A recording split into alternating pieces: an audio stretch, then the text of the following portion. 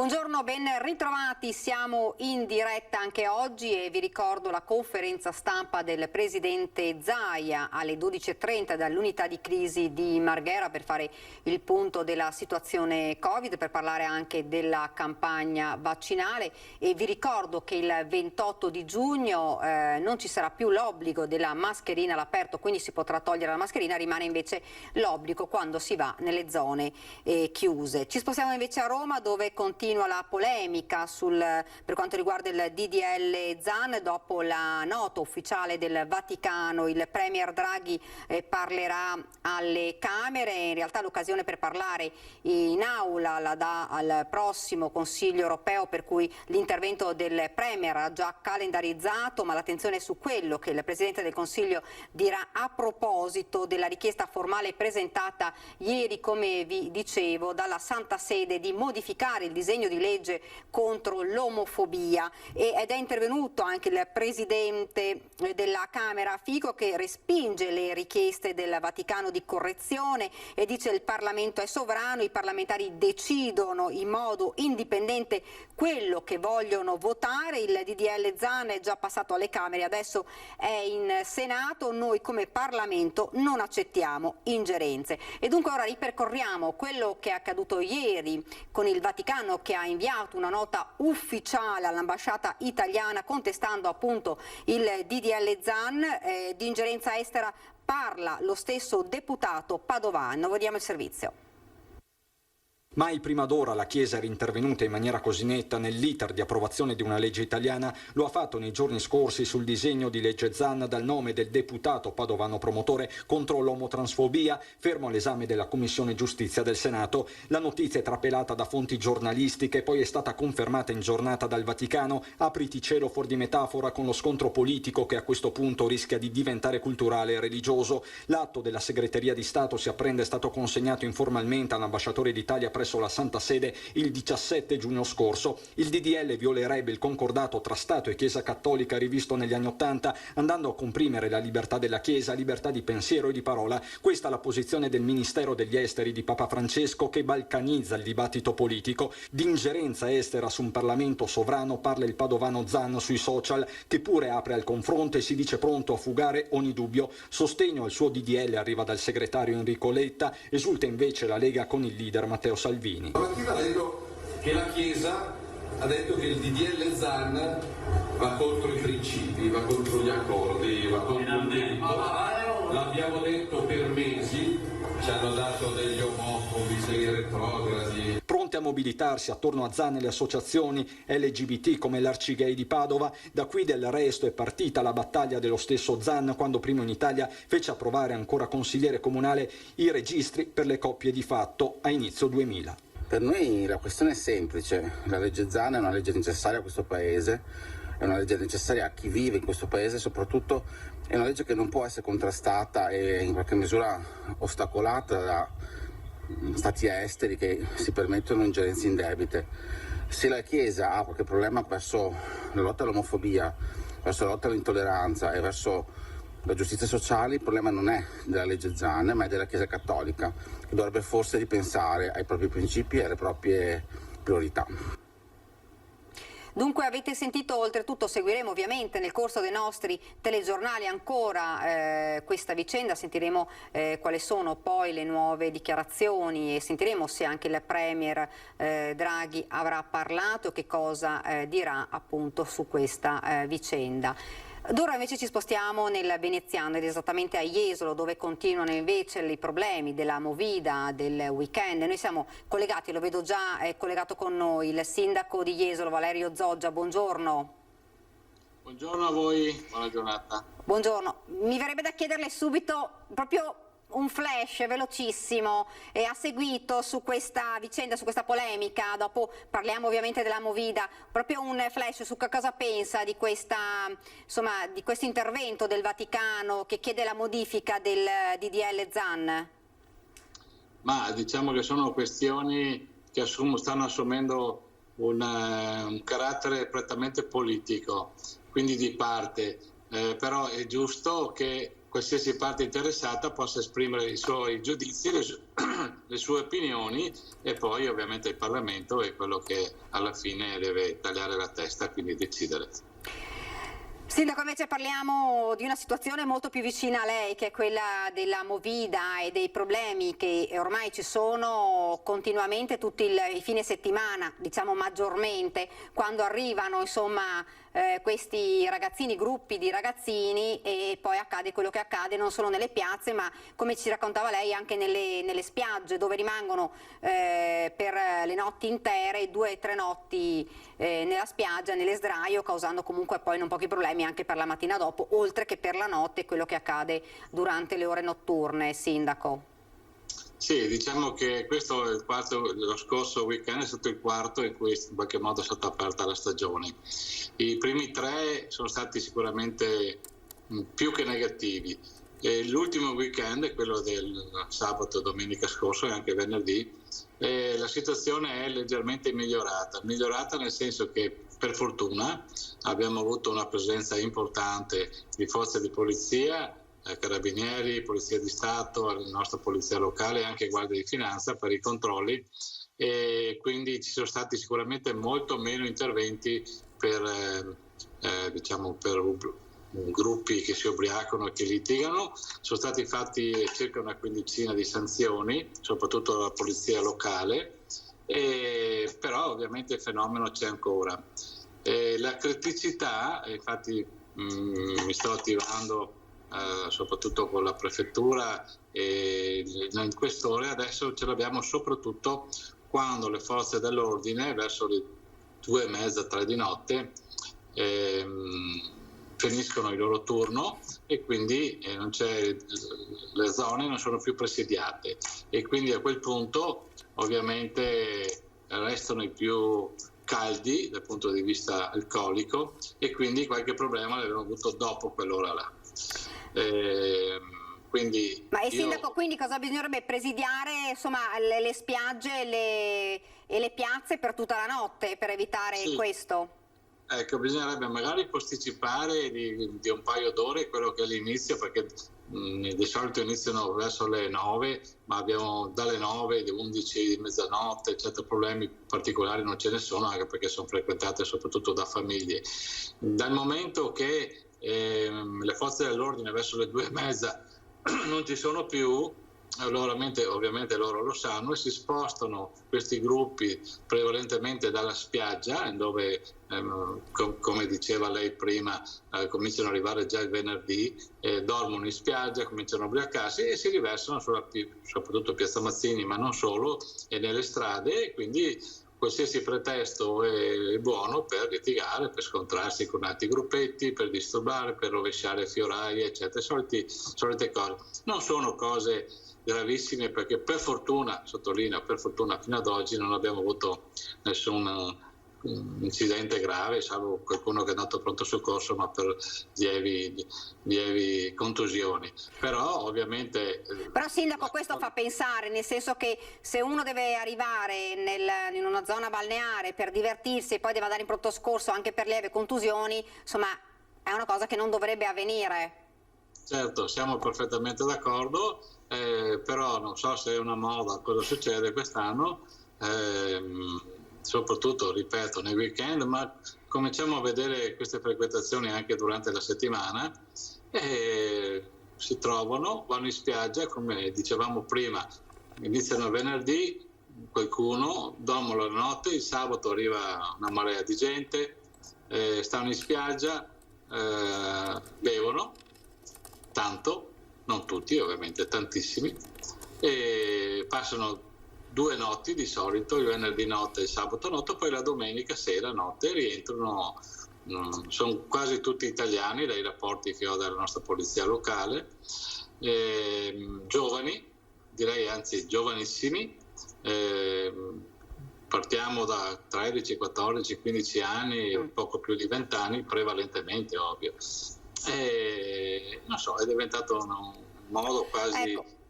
una sfida verso le forze dell'ordine, non so cos'è, insomma. Ecco, Sindaco, ne parliamo insieme anche perché ce l'ho collegata con Marisa Galbussera, che è consigliera dell'Ordine Psicologi e Psicologhe del Veneto. Buongiorno, intanto la saluto subito, buongiorno.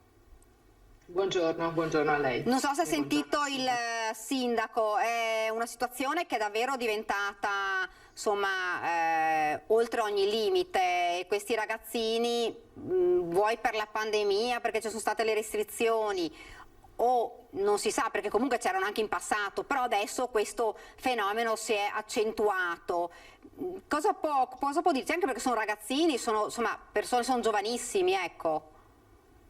Certo, e tra l'altro il fenomeno non sta accadendo solo a Jesolo o sulle nostre spiagge del Mediterraneo, ma anche nelle città. A Padova, per esempio, ci sono state liti furibonde la settimana scorsa in Piazza Duomo e l'amministrazione ha un problema molto simile. È chiaro che nelle località di mare la questione si accentua proprio in relazione alle vacanze, alla leggerezza, eccetera, eccetera. Allora, cosa si può dire? In realtà c'è un grossissimo disagio in questo momento fra i giovani e anche fra i giovanissimi. Io per esempio mi occupo con il gruppo ANANCHE di disturbi alimentari, abbiamo un'impennata incredibile di disagi legati all'alimentazione, al cibo, chi mangia troppo poco, difficoltà di tutti i generi, soprattutto, ripeto, tra i giovanissimi, nella fascia fra i 12 e i 18 anni. E la stessa questione riguarda anche ovviamente l'alcol, perché comunque si tratta di comportamenti che in qualche maniera servono a disinibire o comunque a consolarsi. E il disagio è dovuto in parte, sicuramente, in gran parte, al periodo di pandemia che abbiamo vissuto. Perché la cosa che su cui di solito non si riflette è che la pandemia ci ha, tolto alcune castagne dal fuoco, in particolare il fatto che non eravamo più obbligati ad incontrare gli altri o lo eravamo pochissimo, e questa cosa per alcune persone paradossalmente ha fatto un gioco patologico di farli sentire più protetti, più, tranquilli. Sono diminuite per esempio tutta la questione delle tossicodipendenze, i disagi legati alle tossicodipendenze sono diminuite durante la fase pandemica, sono aumentate invece le dipendenze rispetto a ciò che si può trovare in casa, cioè il cibo e l'alcol. Ora stiamo vivendo una stagione, un po' di euforia, no? In cui si esce dalle case e soprattutto i giovanissimi che non sono ancora abituati per loro stessa struttura a gestire le pulsioni, che cosa fanno? Si esagerano, no? Sarà un periodo abbastanza lungo per quanto mi è possibile prevedere in questo senso, nel senso che è una specie di sbornia da post-lockdown. Ecco. Io credo...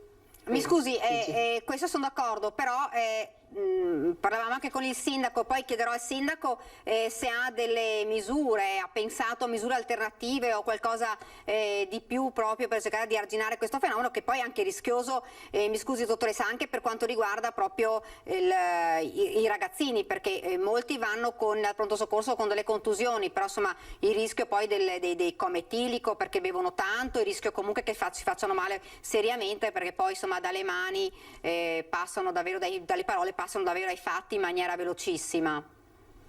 Ecco, non sono sicura però che questa cosa si possa gestire solo con interventi della polizia, nel senso che, come sappiamo, quella fascia adolescenziale è fatta in modo tale che quanto più gli proibisci, quanto il rischio è che la trasgressione si moltiplichi. Credo che ci vada una sorta di accompagnamento e anche un pochino di tolleranza. Certo, capisco, si fanno male, ok, però bisogna aiutarli principalmente, non basta solo ed esclusivamente la linea dura, perché con l'adolescenza la linea dura funziona di solito esattamente al contrario. Sindaco, bisogna insomma aiutarli, di certo mi dirà lei non spetta a noi ma spetta alle famiglie, immagino. Sì, diciamo che ovviamente siamo in emergenza e quindi un sindaco deve intervenire per evitare cose ben più gravi. Ovviamente sono d'accordo con la dottoressa Galbussera che ci vogliono dei interventi ovviamente educativi, tra virgolette, tra famiglie, non solo, famiglia, scuola, società in generale, ecco. Certo. Però noi stiamo vivendo un'emergenza adesso, quindi io intanto ho fatto questo provvedimento che vieta la detenzione e il consumo di alcolici su luoghi pubblici dalle 16 del pomeriggio fino alle 6 del mattino. Ovviamente non è sufficiente, abbiamo visto, attenua un attimino il problema, ma comunque c'erano tantissimi altre persone, ragazzi che andavano in giro con le bottiglie alle 3, 4, 5 di mattina di whisky, di amari, di tutto. Quindi è un problema che ovviamente in un'ordinanza non è sufficiente. Sto facendo qualcosa di più.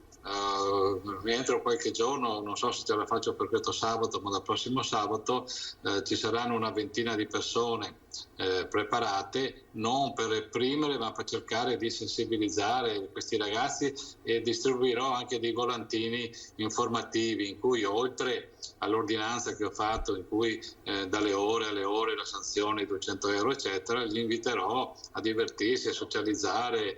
Però ovviamente quello che può fare un sindaco sono queste cose. Quindi sindaco, mi scusi, per capire, andranno per le spiagge o per le piazze queste persone, insomma, per cercare di parlare con questi ragazzi? Sì, sensibilizzare, dove ci sono episodi ovviamente violenti, si rapporta subito con la Polizia di Stato, Carabinieri, i nostri vigili eccetera, per cercare di intervenire prima che queste risse magari finiscono più in malo modo, ecco, diciamo così. E quindi questo è quello che possiamo fare noi come comune. Speriamo che funzioni. Dottoressa, secondo lei questa potrebbe essere un'iniziativa valida per aiutare questi ragazzi? Beh, mi pare che il sindaco, insomma, si comporti, come si dice, come il buon padre di famiglia, no? Che da una parte cerca di limitare i danni e dall'altra naturalmente cerca di educare. Quindi assolutamente sono d'accordo con quanto proposto dal sindaco Zoggia. Non credo che basterà, nel senso che c'è tanto disagio in giro tra le giovani generazioni, e credo che ci sia la necessità di investire davvero sulla salute dei nostri giovani, e non solo dei nostri giovani, ma ovviamente sono la fascia d'età più fragile. E occorre investire di più su tutte quelle che sono le agenzie educative, dalla scuola alla salute. La pandemia ci ha mostrato quanto fondamentale è il nostro sistema di cura e quanto dovremmo investire di più su questo. Non solo sulla salute fisica, ma prima ancora forse sulla salute psichica dei soggetti e soprattutto dei nostri giovani. Se continuiamo a pensare che la salute vada da sé, stiamo facendo un grossissimo errore, perché la salute psicofisica delle persone non va da sé, è molto delicata, ha bisogno di investimenti, e non sto parlando di investimento solo economico, e ha bisogno di essere monitorata, gestita e attenzionata in qualsiasi momento, soprattutto in questo momento in cui abbiamo attraversato una fase assolutamente traumatica, anche se non ce ne siamo accorti, che ha investito la psiche di tutti noi. Ci fermiamo adesso solo per qualche proprio istante di pubblicità, perché poi volevo chiedergli sia alla dottoressa, poi anche alla sindaco Zoggia, la riapertura delle discoteche potrebbe essere una soluzione, nel senso che magari si sfogano ballando. Ve lo chiedo fra proprio qualche istante di pubblicità, ve lo chiedo subito dopo.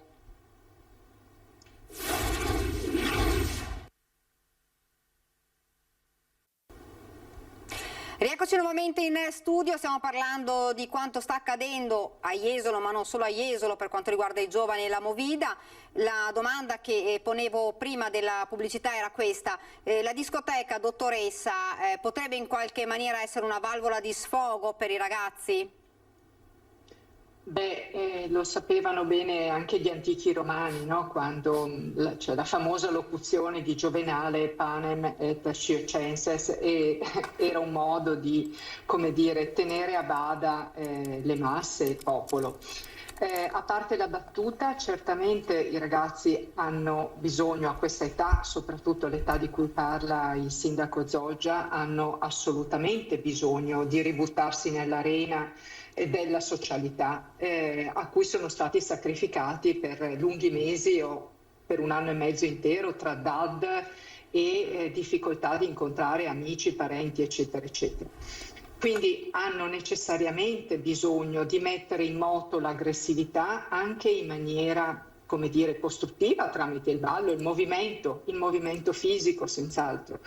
Quindi tutto ciò che va nella direzione di permettere loro A di incontrarsi e B di muoversi sicuramente aiuterà a stemperare un po' le pulsioni e magari a riuscire a bere un pochino meno e a farsi meno male. Certamente tutto questo può aiutare, secondo me. Ecco, Sindaco, dunque bisogna attendere, si spera, con l'apertura delle discoteche per luglio, se non sbaglio.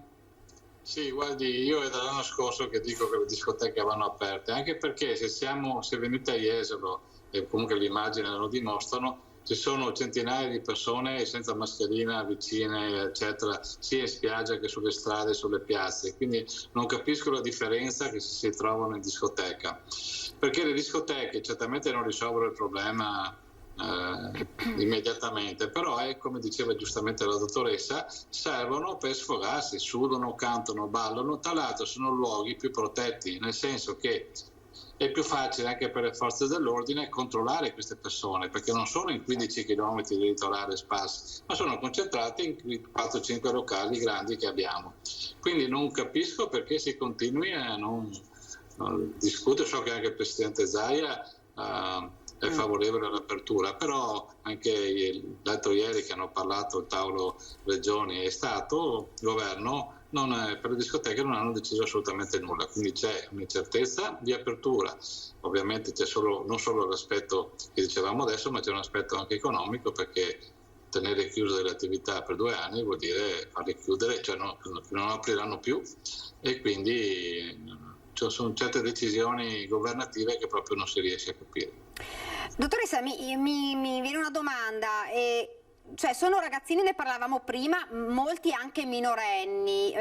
Com'è possibile che comunque dietro non ci sia la famiglia che controlla? Nel senso, se vanno 2 o 3 giorni e dormono, come ci raccontava il sindaco, in spiaggia, com'è possibile che le famiglie non sono al corrente di quello che succede? Beh, forse alcuni non sono al corrente e sono casi, secondo me, anche isolati, però dobbiamo tenere conto che spesso tendiamo ad incriminare un pochino la famiglia, a dire ma insomma dove erano i genitori, però bisogna anche ricordarsi che da una certa età in poi, prevalentemente dai 12-13 anni, i ragazzi solo in alcuni casi ascoltano quello che dicono i genitori, e soprattutto con alcune adolescenze un pochino più complicate, un po' più difficili, un po' più articolate, magari con famiglie che anche loro hanno attraversato dei momenti di difficoltà, i giovani non ascoltano. Anche se hanno so che sembra impossibile a chi magari non ha figli o non è abituato a lavorare con i giovani, ma i giovani fanno quello che vogliono, anche a 12, 13, 14 anni.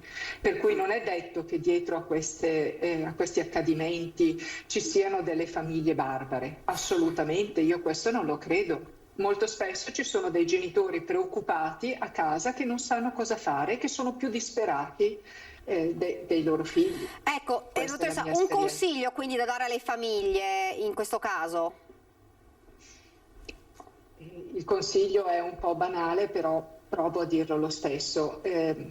Il consiglio è stare il più possibile con questi ragazzi, starci a partire ovviamente da una dimensione di adulti, che vuol dire, saper stare prima di tutto noi nelle nostre responsabilità e avere noi dei comportamenti e degli atteggiamenti che siano da persone adulte e non magari noi stessi da ragazzini, no? Anche se anche noi abbiamo avuto un periodo tutti quanti molto difficile. Purtroppo, è solo l'ultima frase, mi permetto di aggiungerla, sappiamo che da tempo la figura dell'autorità è evaporata, è tramontata, no? Per cui anche i nostri giovani sentono la difficoltà di trovare modelli a cui ispirarsi e persone a cui fare riferimento. Sindaco, una domanda anche per lei. Siamo all'inizio dell'estate, si spera insomma anche che poi con le discoteche insomma questo fenomeno comunque venga un po' più contenuto. Lei comunque chiede ancora comunque l'ausilio di maggiore sorveglianza, anche di maggiore uomini delle forze dell'ordine? Certamente i numeri che dovrebbero arrivare da luglio sono in aumento, così come è stato indicato dal signor prefetto. Diciamo non ho altre armi da usare se non la convinzione. Giustamente, tornando sul discorso che faceva la dottoressa sulle famiglie, sono cambiate, cioè non ci sono più le famiglie di una volta in cui erano allargate, qui zigli, nonni, in qualche modo i ragazzi potevano parlare. Adesso papà e mamma di solito lavorano, quindi i ragazzini sono spesso in compagnia di questo amico che è sicuramente importante, però se usato troppo non va bene. La devo interrompere perché purtroppo è arrivato, vedo alle mie spalle, è arrivato il presidente Zaia. Io la ringrazio comunque, Sindaco, grazie davvero, poi avremo modo di parlare ancora di questo argomento. Grazie al Sindaco, grazie anche alla dottoressa, grazie davvero per essere stato con noi. A voi. Saluti, buona giornata. Arrivederci. È qua. Tutti incollati. No, allora intanto grazie e buongiorno a tutti. Ho approfittato di ricostituire un po' la formazione, no? Che è quella con l'assessore Lanzarin, la dottoressa Russo che è stata la più presente tra i tecnici e colei che poi ci ha seguito oggettivamente in questi mesi. Voglio anche dire che non è un addio, no? È un arrivederci toccando ferro dappertutto, nel senso che noi torneremo, non escludo, anche a breve tempo, però in maniera molto più, come si può dire, sporadica, random, come dicono quelli che hanno studiato, ma non con questa schedulazione, con questa costanza giorno dopo giorno. Però di questo vi parlo dopo. Adesso volevo parlare del bollettino, perché il bollettino è sacro, e come sono sacri i cartelli, no? Perché vi ricordo che questi cartelli sono nati dal fatto che io mi rendevo conto che voi avevate difficoltà a scrivere tutti questi numeri, cioè la memoria visiva aiuta molto di più, e i cittadini a casa mi dicevano che volevano. E tanto vero che questi cartelli sono diventati, ad esempio per molti bimbi durante il lockdown, vorrei ricordarlo, sono diventati l'occasione per scrivere i cartelli a casa.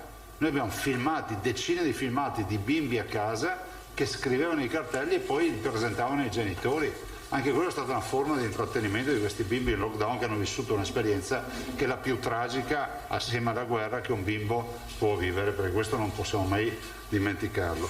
Tamponi molecolari 5.600.842, tamponi rapidi 5.129.000. Siamo al galoppo verso gli 11 milioni di tamponi, sono 10.736.000. Poi vi spiego perché siamo al galoppo. Quindi 10.736.566 tamponi, 10.736.566. Nelle ultime 24 ore abbiamo avuto 49 positivi, 7 per 7 49, vuol dire 7 per provincia. C'è ancora qualcuno che si infetta. Questo lo dico perché se qualcuno pensa che sia finita, è illogica come pensata. Se ci sono 49 positivi vuol dire che ieri questi erano sani, cioè non avevano la positività. C'è qualcuno ancora che si infetta, l'infezione c'è, è ai minimi, è come quando arriva un'alluvione, no? C'è ancora qualche scantinato allagato, questo è il concetto, no? Abbiamo risanato tutto, però c'è ancora qualche cantina che ha l'acqua dentro, bisogna aspirarla dappertutto. Abbiamo fatto 23.298 tamponi nelle ultime 24 ore. Se ci mettiamo i 49 positivi sono 0,21, siamo un'incidenza, prevalenza insomma oggettivamente di non preoccupazione. Però, come dico sempre io, se vai a fare una telefonata in una cabina telefonica con uno di questi 49 pazienti, ti porti a casa l'omaggio oltre che la telefonata, no? Nel senso che probabilmente ti infetti. Devi fare la foto? No, dicevo che non ce ne sono neanche più cabine. Come non ci sono più le cabine telefoniche? Eliminate tutte? No, se ne vedono poche. E numero di positivi 425.162 dall'inizio del contagio. Questi sono quelli che noi abbiamo trovato con la macchina del contact tracing che ha messo in piedi la dottoressa Russo con le prevenzioni, con tutti coloro che hanno lavorato, ed è esattamente la punta dell'iceberg. Cioè non vorrei che qualcuno pensasse che in 16 mesi ne abbiamo avuto solo 425.000, cioè sono come le multe per strada di eccesso di velocità, cioè non è che tutti quelli che passano il limite di velocità vengono multati, ce ne sono alcuni che vengono pizzicati, ecco. Qui sono solo alcuni che vengono intercettati. Pensate ai tanti asintomatici positivi, qui ce ne sono metà, anche qui, trovati per caso.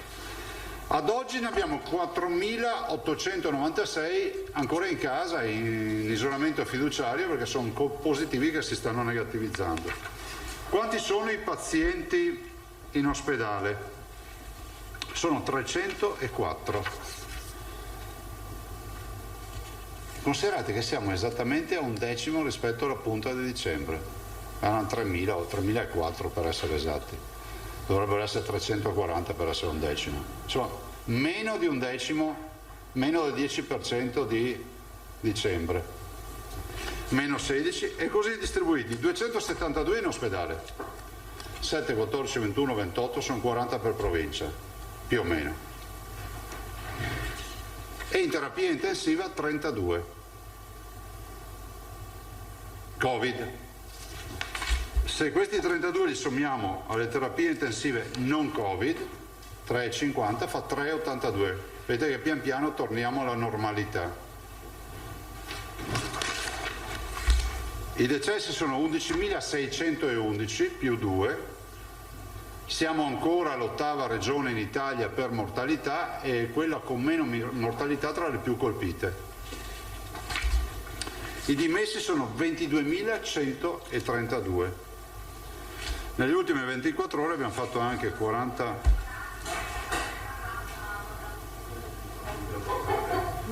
Cosa ti è successo? È una voce femminile però, che ritorno avevi. 43.243. Se li devo guardare i bocci in spiaggia.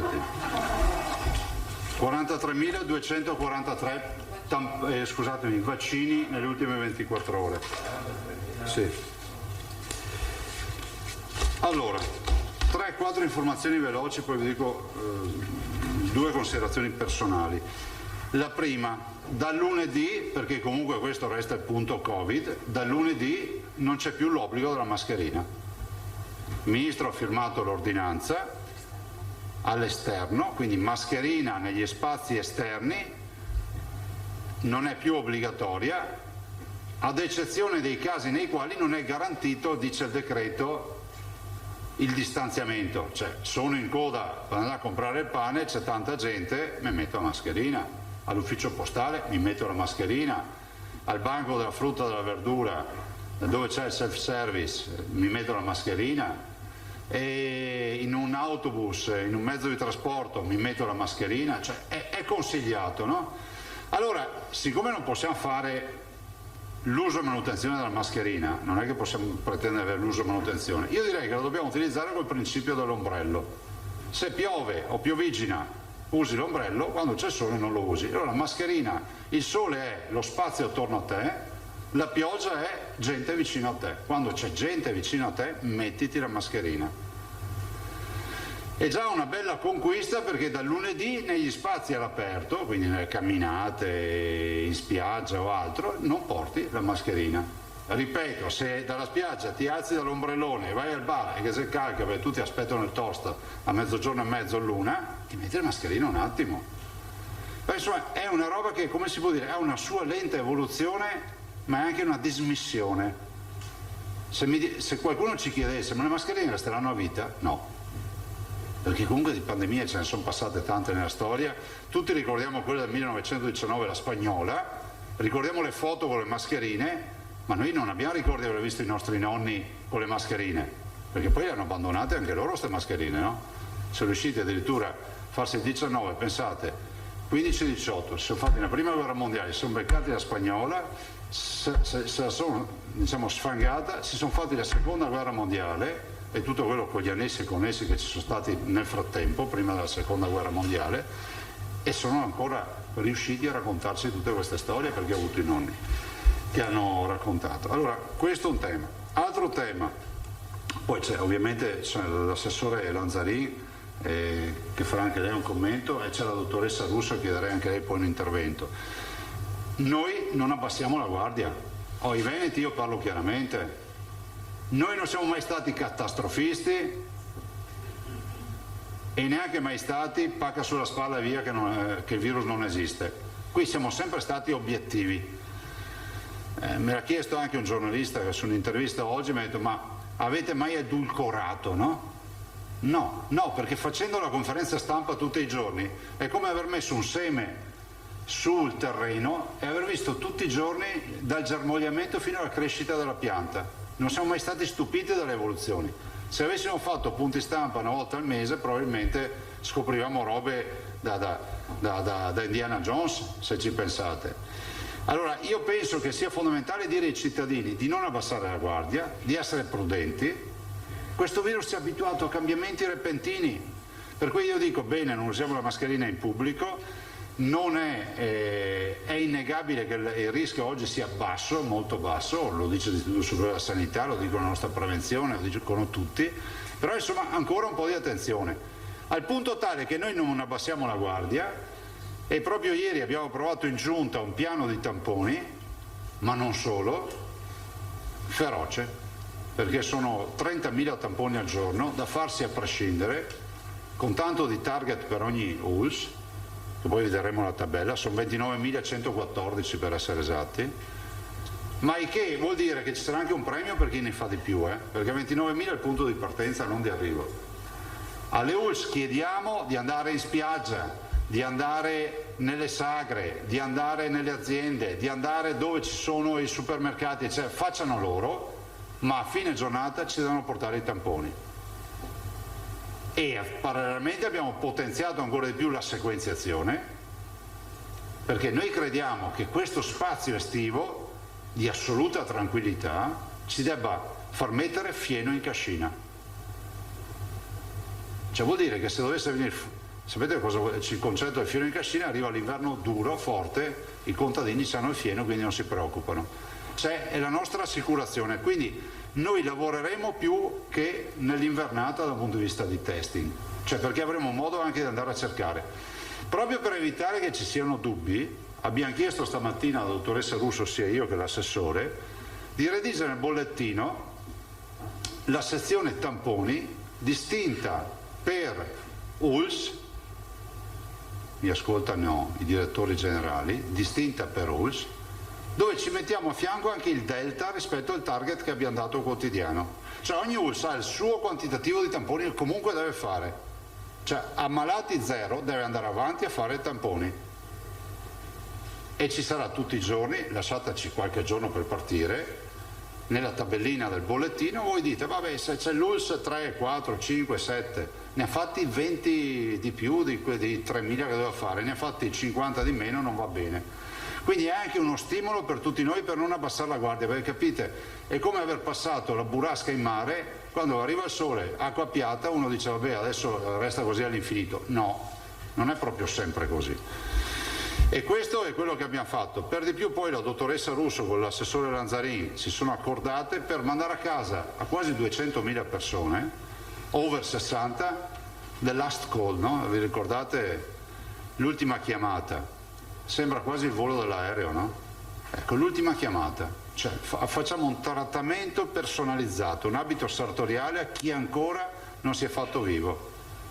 Dopodiché noi non sappiamo più cosa fare perché dobbiamo passare benedizioni e altre robe, cioè noi ci fermiamo qui, scriviamo a casa. Ultima roba, Allora, io volevo ringraziare, questo non è un addio ma un arrivederci, ringrazio intanto tutti i cittadini. Io non avrei mai pensato di ricevere tante mail e tanti messaggi sui social come in queste ultime ore. Sembra un abbandono, non è un abbandono. Allora, vedo un leitmotiv, no, nei messaggi.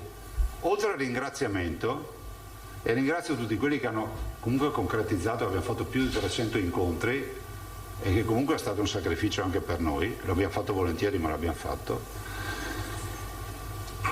Ci hanno ringraziato per l'informazione che abbiamo dato e tanti comunque hanno riconosciuto anche questo ruolo di accompagnamento che a me piace, no? Penso che ringrazio tutti questi cittadini. Un ringraziamento particolare lo voglio fare a voi, non lo faccio per ultimo, lo faccio all'inizio. Perché in un'analisi fatta a mente fredda di quello che è accaduto, io penso che voi siate la colonna portante, parlo dei giornalisti, del mondo della comunicazione, siate stati la colonna portante di quello che è stata una comunicazione di guerra. Io vi ho sempre detto, voi siete come gli inviati di guerra. Qualcuno sorrideva, sì, adesso possiamo anche sorridere bene, ma il 22 febbraio 2020, il 23, il 24, il 25, il 3 marzo, il 4 marzo, l'8 marzo quando è arrivato il lockdown, qua non c'era nessuno che aveva la garanzia di essere vivo dopo un anno. Essere qui oggi a raccontare ste robe o che ci fosse stata questa evoluzione.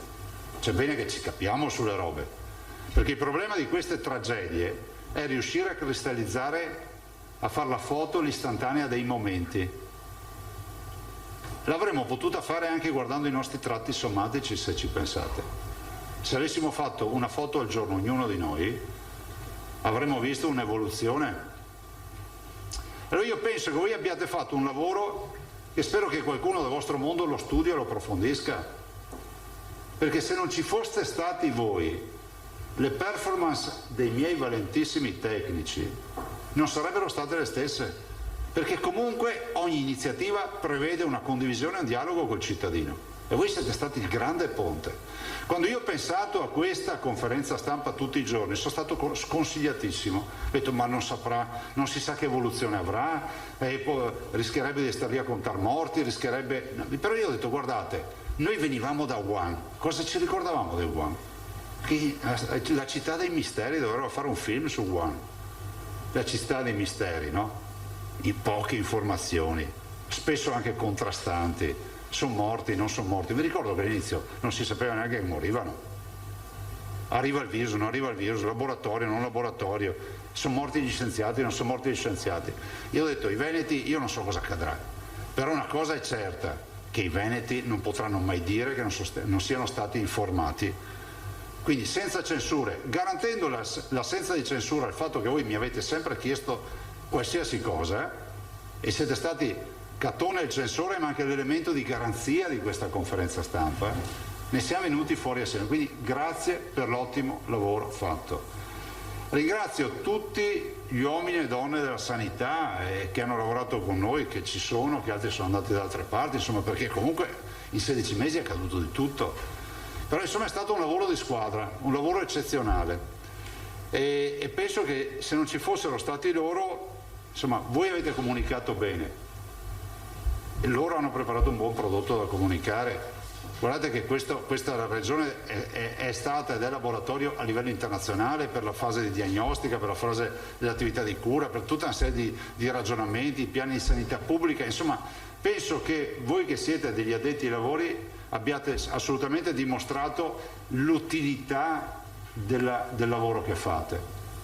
In un momento nel quale siamo entrati nel Covid, dove c'erano due quesiti e dubbi: l'inutilità della comunicazione, l'inutilità della politica. Diciamocelo.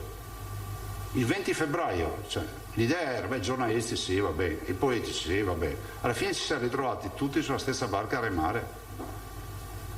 Quindi veramente grazie di cuore, non ho bisogno di fare ringraziamenti per piaggeria, perché primo non li faccio, secondo a me non me ne viene niente, voi avete fatto un grande lavoro, non è un caso che siate oggi ricordati dai cittadini, i cittadini hanno rispetto per il lavoro che avete fatto, anche quando mi avete rotto le palle e dico che è fondamentale quello che avete fatto. Saluto e ringrazio tutti i bimbi che continuano a scrivere, li tranquillizzo sul fatto che abbiamo la mostra pronta da ottobre, abbiamo migliaia di disegni, faremo la mostra su tutti i capoluoghi di provincia, compreso Vo, che non è capoluogo, quindi Padova avrà 2 sessioni, una a Padova città, al palazzo, dov'è che la facciamo? Beh, non mi ricordo i palazzi, comunque Padova, tutte le città, Padova, Treviso, Verona, Vicenza, Venezia, Belluno, Rovigo e poi c'è ovviamente Vo. Saranno esposti i disegni, i bimbi che non hanno fatto avere i disegni li possono portare e li esponiamo, e quelli che non hanno fatto i disegni a casa e vogliono fare un disegno vengono lì e disegnano lì e esponiamo il disegno. Quindi c'è spazio per tutti, perché io voglio che resti consolidato che questa tragedia, chi l'ha vissuta da vicino sono stati i giovani, i bambini, i ragazzi e tutti quelli che comunque hanno perso 16 mesi di libertà da adolescenti o da bimbi. Guardate che abbiamo avuto bambini che sono stati mesi chiusi in appartamenti dove non c'è neanche il terrazzo, e questo va ricordato, il terrazzino insomma. Quindi veramente grazie di cuore. Cosa vi ho portato qui oggi? Avrei tante robe da dire, ma finisco qua insomma, poi magari capiterà che ci ritroveremo fra una settimana, fra 10 giorni, perché avremo comunicazione e approfitteremo ancora di voi.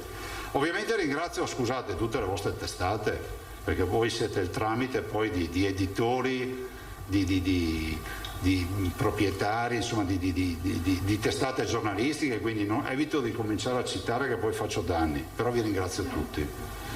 E per vostro tramite vi chiedo anche di ringraziare, lo faccio pubblicamente, i vostri direttori, insomma tutti coloro che oggi è facile venire al punto stampa, allora non lo era, e allora non era neanche facile intuire che questo sarebbe diventato quello che è diventato. Non me ne sono reso conto neanche io, però ho scoperto che all'estero fosse più famoso che in molte comunità qui da noi, perché comunque era diventato, questo l'ho scoperto l'altro giorno, era diventato, grazie appunto alla comunicazione che avete fatto, l'elemento per capire cosa facevano i veneti.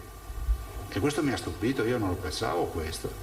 Era comunque l'unica comunità che comunicava durante la crisi. Pensate, un territorio in guerra sotto le bombe, e c'è Peter Arnett, ve lo ricordate? The Desert Storm, con la parabola che comunque raccontava la sua battaglia. E noi abbiamo fatto un po' quello, no? Ovviamente non con il rischio che ha avuto Desert Storm e Peter Arnett, però comunque quello era il modello, no? Raccontare il durante, non prima o dopo, non vi interessa nessun prima o dopo, il durante. Questo l'avete fatto voi, fate vedere il titolo dei giornalisti inviati di guerra. Abbiamo iniziato con la vita e richiudiamo con la vita. Perché c'è stato un bimbo che mi ha portato le uova, anzi 2 bimbi che mi hanno portato le uova. Fra l'altro un pacchetto di uova mi è arrivato con un pacchetto postale, non se n'è rotto una. Io mi domando il marketing delle poste, io ho detto 20.000 volte, ma cosa aspetta a fare una pubblicità su una roba così? Se uno mi manda 9 uova, arrivano 9 uova intere e nascono anche i pulcini. Su una busta, non su uno scatolone, su una busta col plico, quello giallo, normale, una busta, con dentro 9 uova. Però io mi ero preso un impegno con i bambini. Ho detto facciamo nascere i polli, i pulcini, le galline, c'è nato anche qualche maschietto. Fra l'altro uno l'abbiamo anche salvato, ho perso un mese per salvarlo, poveretto, però l'ho salvato io, l'ho curato io, e devo dire che oggi ho portato la prova e il ringraziamento per i bimbi, che non sono morti questi polli, sono diventati adulti, e oggi la preside della scuola enologica mi ha mandato le uova dei pulcini. Gliele avevo chieste, ne hanno mangiate tante oggettivamente. Queste sono le uova, come vedete non ce n'è una uguale all'altra perché non sono polli in batteria, cioè scusate, non sono galline, diciamo, non c'è una produzione standardizzata. Vi ricordate che i bimbi mi scrissero anche sulle uova le razze diverse, quindi vedete. La scuola enologica, i pulcini sono stati poi allevati lì, di Conegliano, e sono allevati bradi, hanno il loro recinto, la loro casetta, e guardate la produzione, no? Quindi ringrazio i bimbi che hanno mandato le prime uova, ringrazio la scuola enologica, poi si è accudito di Conegliano, che ha accudito i pulcini sono diventati grandi, queste sono le uova. Cioè gli asparagi sì, cioè, ma è passato il 13 giugno, Sant'Antonio, fine. E quindi volevo chiudere così, perché è stato il ricordo di quella storia. Ecco, a me fa piacere che ci sia stato uno psicologo illustre, non mi ricordo più il nome, però insomma che ha detto: guardate, se c'è una comunità che si è occupata dei bimbi durante il Covid e il lockdown è stato il Veneto. Noi abbiamo parlato ai bimbi tutti i giorni. Cioè voi mettetevi nella testa di un bimbo che si ritrova in mezzo a una tragedia del genere, dove le informazioni sono tutte giganti per lui, no? Per cui penso che anche questo sia stato merito vostro, perché ci avete aiutato a parlare ai tanti bambini, e sono tanti perché ne nascono 40.000 all'anno in Veneto, quindi immaginate a quanti bimbi parlavamo tutti i giorni. Io lascerei la parola, o se volete 2 domande, poi facciamo una domanda, non 3 più una. Allora cominciamo da Tosato, poi vorrei 2 parole da parte dell'assessore Lanzarini e 2 da parte della dottoressa Russo. Tosato. Sì, una domanda sola, scontando però su una risposta, non su mezza o un brandello. L'emergenza è finita, la pelle l'abbiamo salvata, lei cosa intende fare da grande? Tamponi? No, nel senso che l'emergenza, signori, non è finita. 49 positivi non vuol dire che l'emergenza è finita. Diciamo che oggi abbiamo più possibilità di dire che sia finita che sia invece in fase acuta. Bisogna essere un minimo prudenti. Ovviamente lo scenario è cambiato, ci sono le vaccinazioni che hanno comunque segnato uno spartiacque su tutta questa vicenda. Da grande farò il governatore del Veneto, perché c'ho ancora 4 anni, per cui mi sono preso l'impegno e faccio quello. Grande. Sa che da molte parti, anche se magari la cosa non la tange, si ritiene che lei, chiamato a più alti incarichi, non concluderà il mandato? Ma guarda, queste sono leggende metropolitane, prima roba. Seconda roba, queste storie qua le sento da quasi quando sono nato, per cui guarda, io penso che la mia storia sia una storia di coerenza, ce l'avete visto, insomma, ho seguito le attività. Guardate, questa regione adesso bisogna spiccare il volo, perché se è vero che aumenta il PIL, sarà bene che il PIL sia soprattutto nostro, no? Perché non è che gli altri non cresceranno, è una corsa, bisogna correre, e penso che ci siano grosse opportunità per questa regione. Vedo voglia di fare, vedo voglia di rispeccare il volo, vedo molte attività che mi dicono che sono partite alla grande, penso all'occupazione.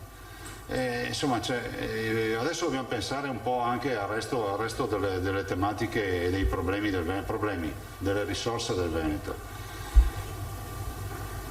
Avrei una subdomanda, se non si imbizzarrisce, ma sul fronte economico. Prego.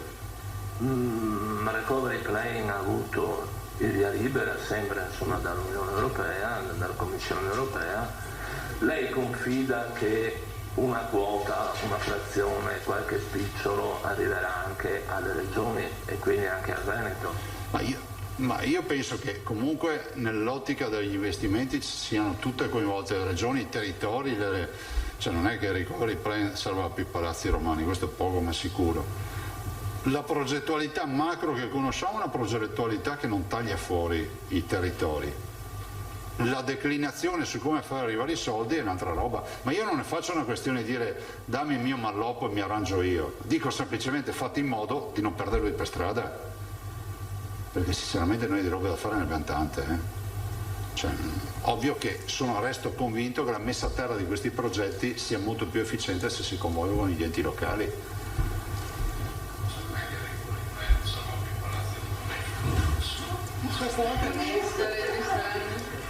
Grazie. Prego. Alda Lanzani. Buongiorno Presidente. Lei ha detto Buongiorno. che le ULSS che faranno più tamponi avranno dei premi. No, ho detto sì, potremmo mettere una premialità, no, cioè, è una battuta. Cioè, mi auguro e approfitto di questa conferenza stampa che i direttori generali prendano quel numero che gli è stato assegnato come una base, non come un punto di arrivo.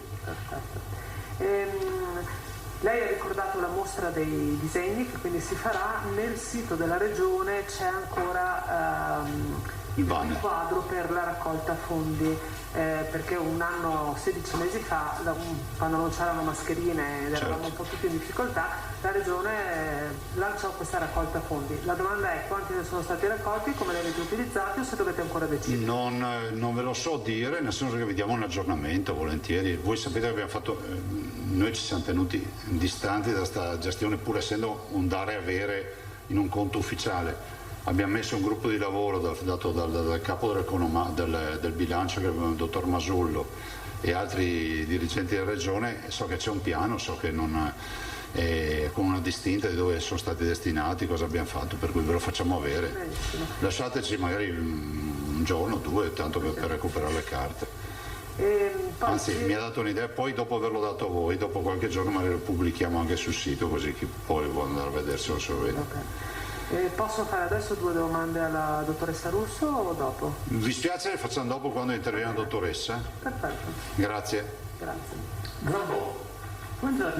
Buongiorno. Anche qui non so se risponda lei o la dottoressa Russo, l'assessore. Volevo capire un po' meglio i sanitari non ancora vaccinati, perché dal report della struttura di Figliolo sembra che ne manchino poche centinaia, 200, però dai dati singoli delle USL sembrano molti di più. Noi ne abbiamo 4.000 e qualcosa, 4.004 se non ricordo male. Intendiamo medici, infermieri e OSS. 10%. Cioè noi Ospedali del Veneto. quelli degli ospedali anche territoriali, quindi MMG, PLS, eccetera, 4.000, adesso dico quanti 4 e qualcosa. E come mai nel report ufficiale è 151.006 e 151.008? Quindi Lo dovete chiedere a chi ha fatto il report ufficiale. Che però prendi i dati dalla regione, sembra che si siano un po' confusi. 4974 dipendenti del sistema sanitario. Su quanti? Su 44.000, più o meno. 10% mi sembra sia. Dipende da come li contiamo, e non vorrei mai che domani qualcuno dice sono 54.000, sono 53, perché sta roba va avanti da una vita. Quindi questi sono gli ospedalieri? Sì. Sì, MMG, tutto quello che c'è. Grazie. Prego. Bene, se non c'è altro, passerei la parola all'assessore Lanzarin e poi alla dottoressa Russo, quindi facciamo l'intervento. Ma vi lascio qua, davanti alle uova. Dopo ve le potete prendere, sono fresche queste uova. Non sono tante purtroppo perché... Ma io, Presidente, non ho molto da...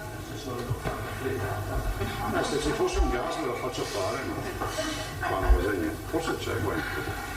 Allora. Non c'è? Niente. No, io Presidente non ho molto da aggiungere da quanto hai detto tu rispetto al fatto che oggi insomma sia l'ultima, insomma abbiamo detto ultima conferenza stampa in questa modalità, ma poi abbiamo comunque comunicato che ce ne saranno altre occasioni anche delle varie evoluzioni, ne abbiamo più o meno insomma conferenze poi con gli organismi ogni giorno, insomma, quindi chiaramente avremo ancora da comunicare. Io l'unica cosa che posso aggiungere su questo è che è stato molto utile anche per noi la loro presenza, quindi la presenza della stampa, dei giornalisti che ci hanno puntualmente, a volte anche in maniera insomma un po' più intensa, chiesto specifiche delucidazioni, ma ci hanno permesso anche a noi di capire dove la macchina si era inceppata, dove dovevamo intervenire e quindi migliorare il servizio. E credo che anche questo sia un servizio per la collettività e quindi è stato utile anche per noi, perché così siamo riusciti a capire sul campo quando qualcosa non funzionava e quindi l'ingranaggio si era inceppato e quindi potevamo in tempo reale migliorare, quindi è servita anche molto su questo anche a noi, quindi ringraziamento anche da parte mia.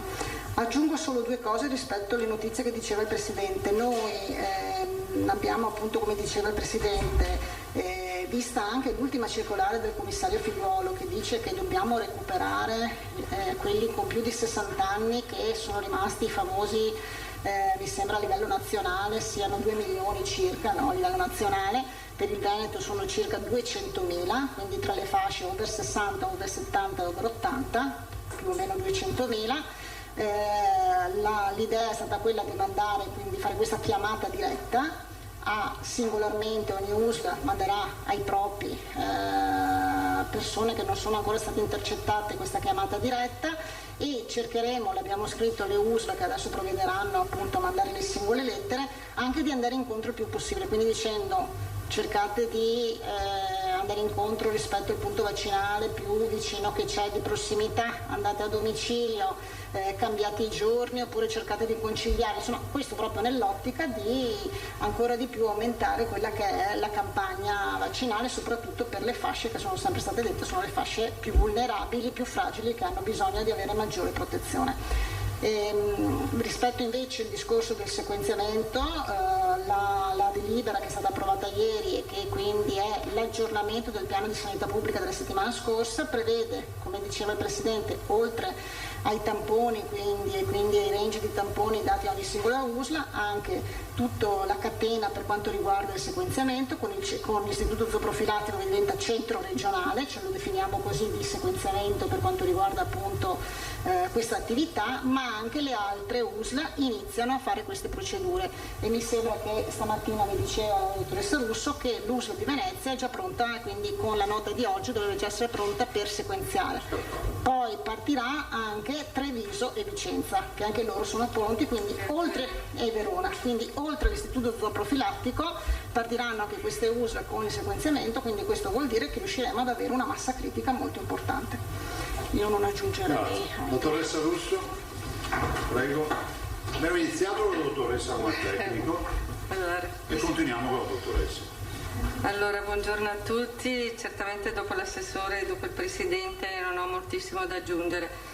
Da un punto di vista tecnico posso dire che se è la conclusione di un percorso di comunicazione diretta non lo è sicuramente dal punto di vista diciamo di quello che è la sorveglianza, ma anzi le delibere, i provvedimenti che abbiamo portato avanti stanno a sottolineare come proprio adesso bisogna andare a cercare di isolare. Ormai sarete stufi di queste parole che ho sempre continuamente ripetuto, ma la sorveglianza è estremamente importante proprio per non tornare a quelle situazioni difficili che abbiamo visto nel passato. Sicuramente la situazione è diversa perché la vaccinazione è la svolta, la vaccinazione rappresenta la possibilità di cambiare quaderno e di scrivere effettivamente un'altra storia.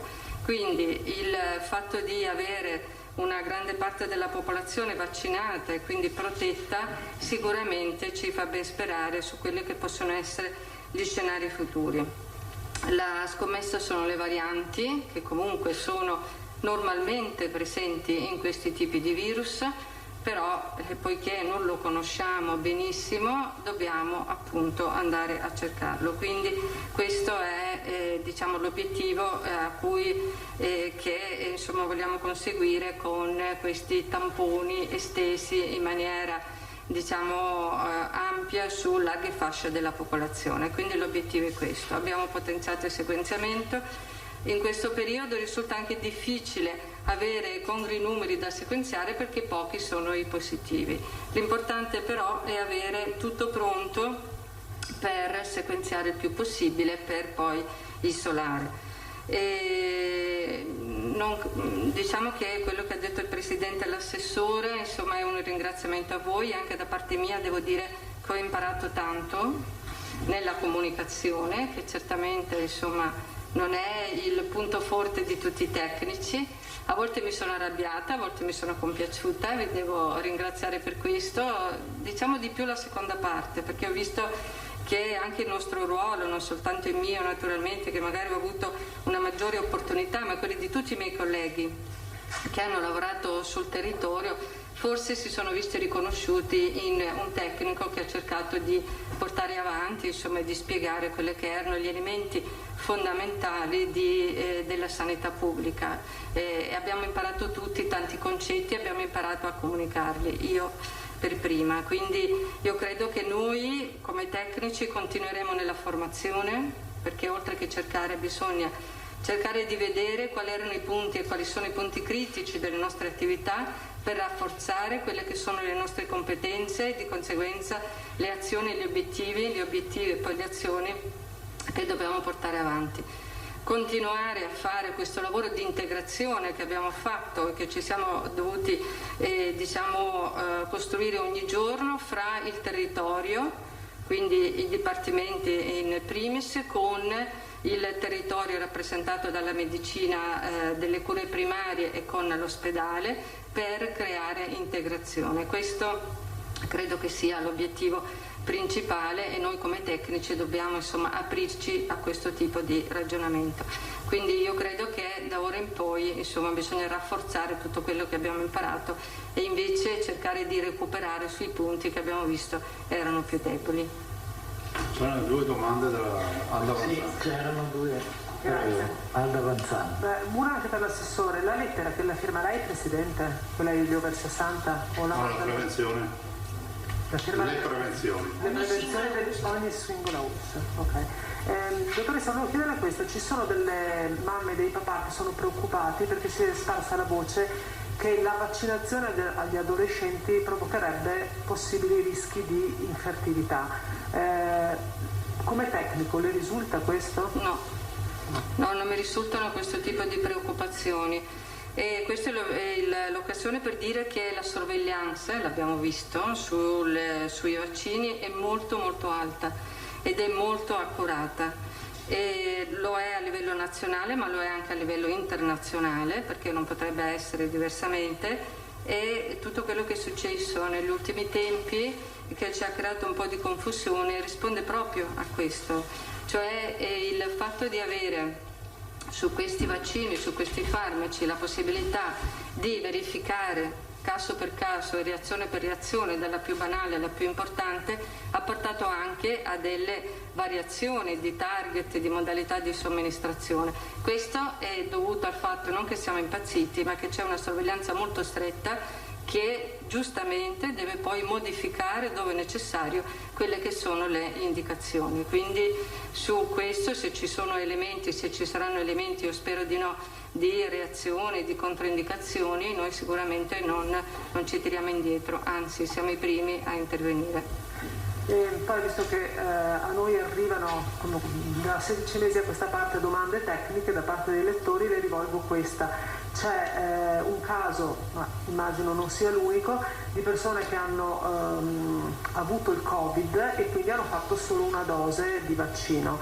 Nel caso specifico questa signora ha ricevuto l'SMS da parte del Ministero per avere il Green Pass, però si trova di fronte ad una discrepanza, nel senso che non è accettata solo una dose. Se vuole gliela leggo. Nel certificato vaccinale della regione è evidenziato che la seconda dose non è prevista, mentre nel Green Pass no, e non sa che cosa fare. Sì, rispondo subito a questo. Allora, ci sono delle situazioni relative al rilascio del Green Pass che sono tuttora in discussione. Oggi, che è il 23 giugno, c'è proprio c'è un incontro tra il Ministero e il Garante per definire gli ultimi aspetti che riguardano proprio queste situazioni, cioè coloro che hanno avuto la malattia e poi hanno avuto una sola dose di vaccino. E quindi questa situazione che viene ad essere rappresentata poi nel QR code che viene presentato come Green Pass non è stata ancora codificata, non per colpa delle regioni, ma perché era necessario un ulteriore chiarimento che il Ministero sta facendo oggi con il Garante. Quindi il Ministero ci ha informati di tener conto di questi possibili disguidi che si possono riscontrare. L'ultima cosa, se poi per cortesia ci fate avere la delibera con l'aggiornamento del piano di sanità pubblica. Sì, grazie. Faccio un ultimo saluto e ringraziamento alle signore e ai signori del linguaggio dell'IS. Voglio ricordarvi che loro compaiono nelle conferenze stampa perché coloro che ovviamente non hanno l'udito, i non udenti, ci hanno segnalato che erano interessati, ansiosi di capire cosa stava succedendo e non c'era, quindi mi ricordo anche le battute di qualcuno, sembrava che volessimo fare delle sceneggiate. Questo ha cubato per noi 283 presenze per loro. Abbiamo fatto 283 conferenze, punti stampa. Quindi anche su quel fronte abbiamo il cuore in pace, perché abbiamo cercato di comunicare a tutti. E ringrazio i volontari, i carabinieri in congedo che sono qui, sono sempre stati qui con noi. Adesso è normale, allora era eroico, no? Quindi loro sono stati qui fin dal primo giorno. La protezione civile che ci ha ospitato, questa è una casa della regione, però non è normale attrezzare una casa per conferenze stampa e per un'unità di crisi della protezione civile. Io resto sempre il commissario dell'emergenza coronavirus, quindi quando vengo qui parlo in ragione del fatto che ho questo ruolo commissariale. E penso che la scelta di star qui sia stata azzeccata, di non star dentro nei palazzi, e questo penso che ci sia stato riconosciuto.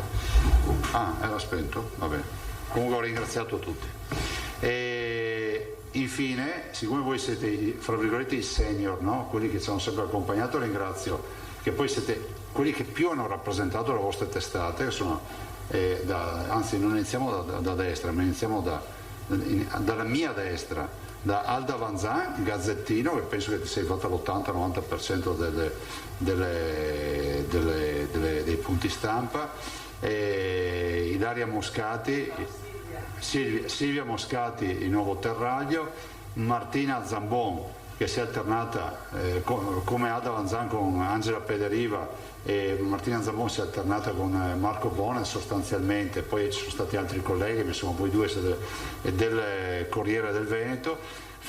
Filippo Tosato per i giornali del gruppo Gedi, Mattino e insomma, il gruppo Gedi, si è alternato a volte con Albino Salmaso, e poi tutte le Antonella Prigioni, scusami vedere in piedi, Antonella Prigioni, che anche lei è sempre stata presente, 7 gold, Emiliano, che dopo aver sistemato i figli con la scuola di danza non si è più visto, no, ma l'ho visto anche stamattina, vi saluta, ma non aveva il tampone, quindi non è TV7, no Emiliano?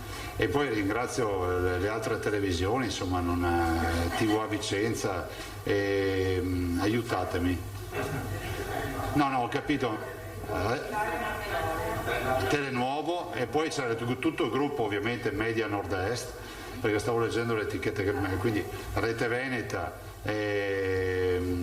Antena 3, insomma tutto il gruppo, e poi Rai regionale, il giornale di Vicenza, e Gente Veneta veniva spesso, scusatemi, il giornale di Vicenza, ringraziamo la Cristina Giacomuzzo, e poi Gente Veneta va ringraziato Malavasi, che è venuto spesso, che ho sentito anche stamattina. E poi chi abbiamo dimenticato? Radio Wellness. Che si è sparito Radio Wellness? Hanno aperto le palestre, è sparita la radio. No, Radio Wellness, che è stato molto presente, e poi tutti, Telenuovo che ho ricordato prima, e insomma tutti quelli anche che ho dimenticato, siete stati tantissimi.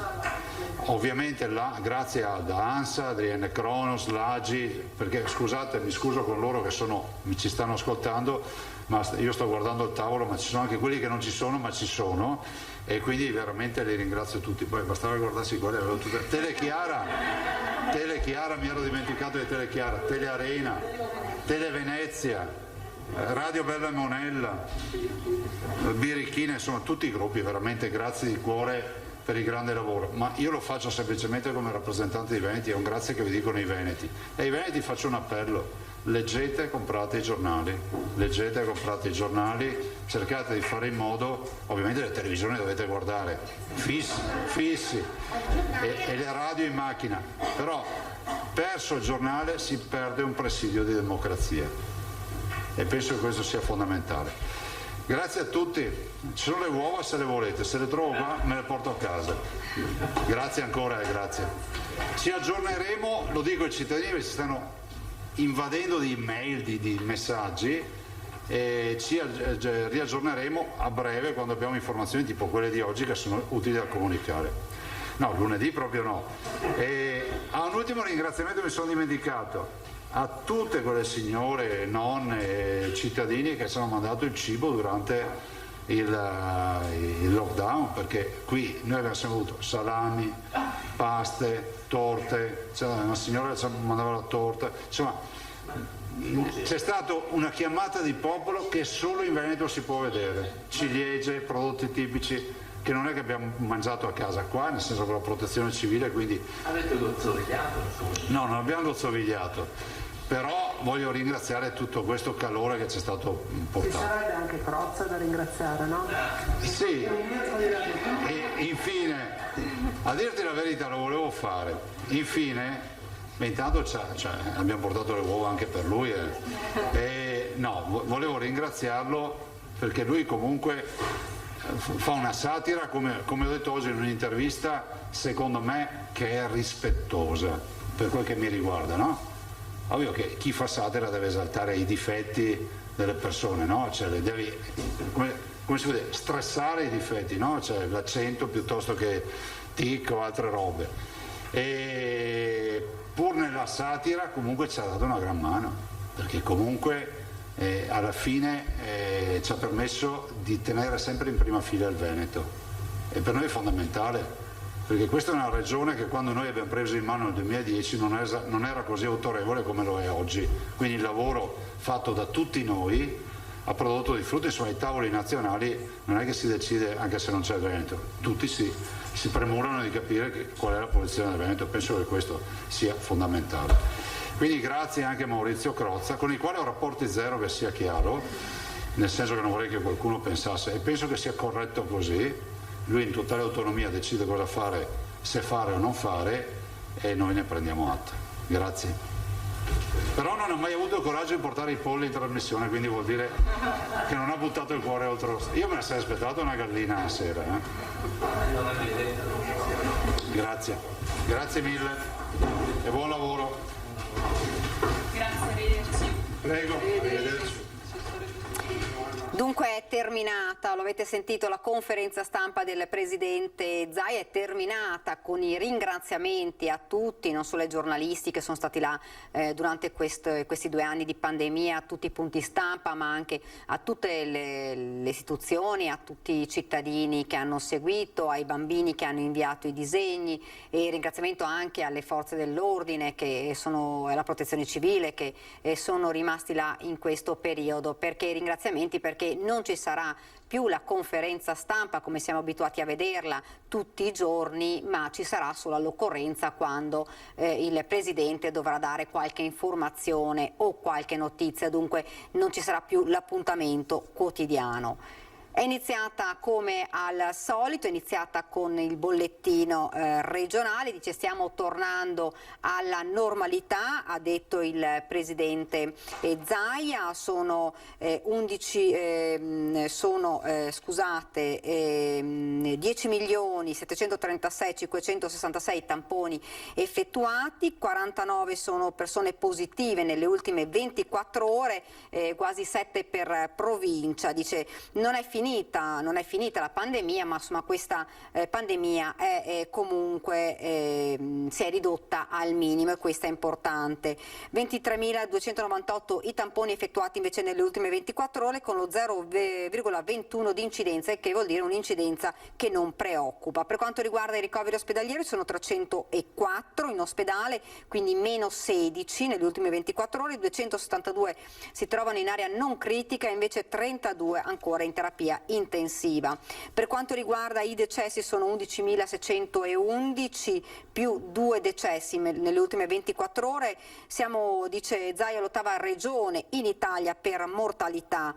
22.000 invece 132 le persone dimesse. Per quanto riguarda invece i vaccini sono stati effettuati 43.243 vaccini nelle ultime 24 ore. Poi è tornata a parlare di lunedì. Lunedì non ci saranno più le mascherine, lo sapete bene, all'esterno, dice, però insomma sarebbe consigliata metterle in caso ci si trovasse in assembramento con altre persone o magari, che ne so, in fila alle poste, diceva il Presidente, oppure quando si va in spiaggia, in un chiosco per magari prendere qualcosa da mangiare, se si vede tanta gente sarebbe consigliata la mascherina, anche se ha ribadito il ministro, ha deciso e ha firmato, la mascherina non ci sarà più dal 28.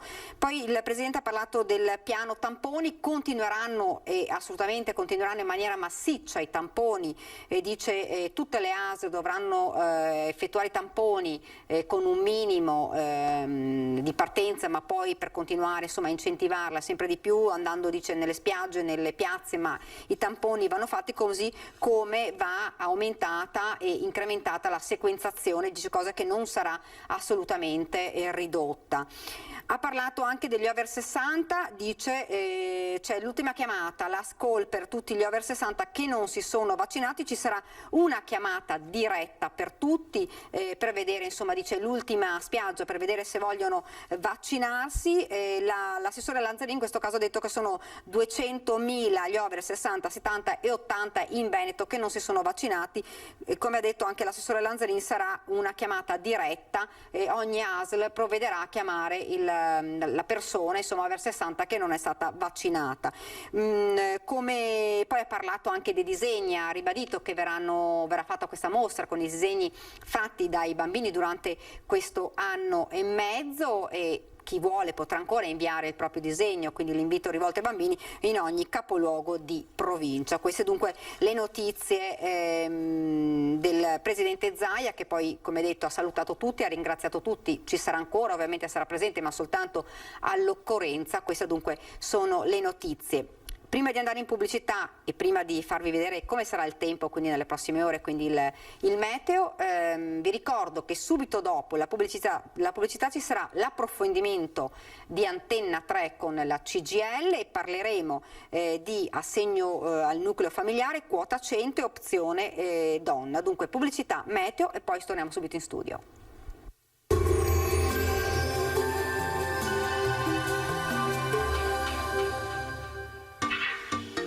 Tremonti, attrezzature e materiale per saldatura professionale a Montebelluna. Bentrovati ad un nuovo aggiornamento meteo. Bel tempo, il nostro territorio è tenuto però ancora sotto scacco dalla canicola africana che ormai da giorni interessa il nord-est. Vediamo insieme il dettaglio.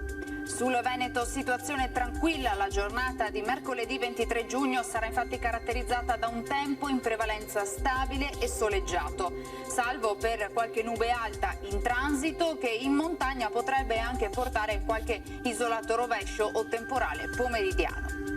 Temperature roventi, minime tra 17 e 24 gradi, valori massimi compresi invece tra i 29 e i 35 gradi.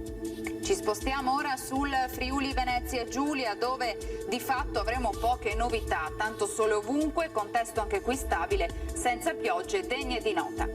Temperature minime tra 20 e 21 gradi, massime sui 31-34 gradi. Infine diamo uno sguardo alla situazione del Trentino Alto Adige, dove sarà ampiamente soleggiato al mattino, dal pomeriggio invece avremo qualche acquazzone a carattere sparso. Temperature minime intorno ai 18 gradi, massime infine sui 35 gradi. Dal meteo per ora è tutto, vi auguro come sempre un buon proseguimento in compagnia di Antenna 3.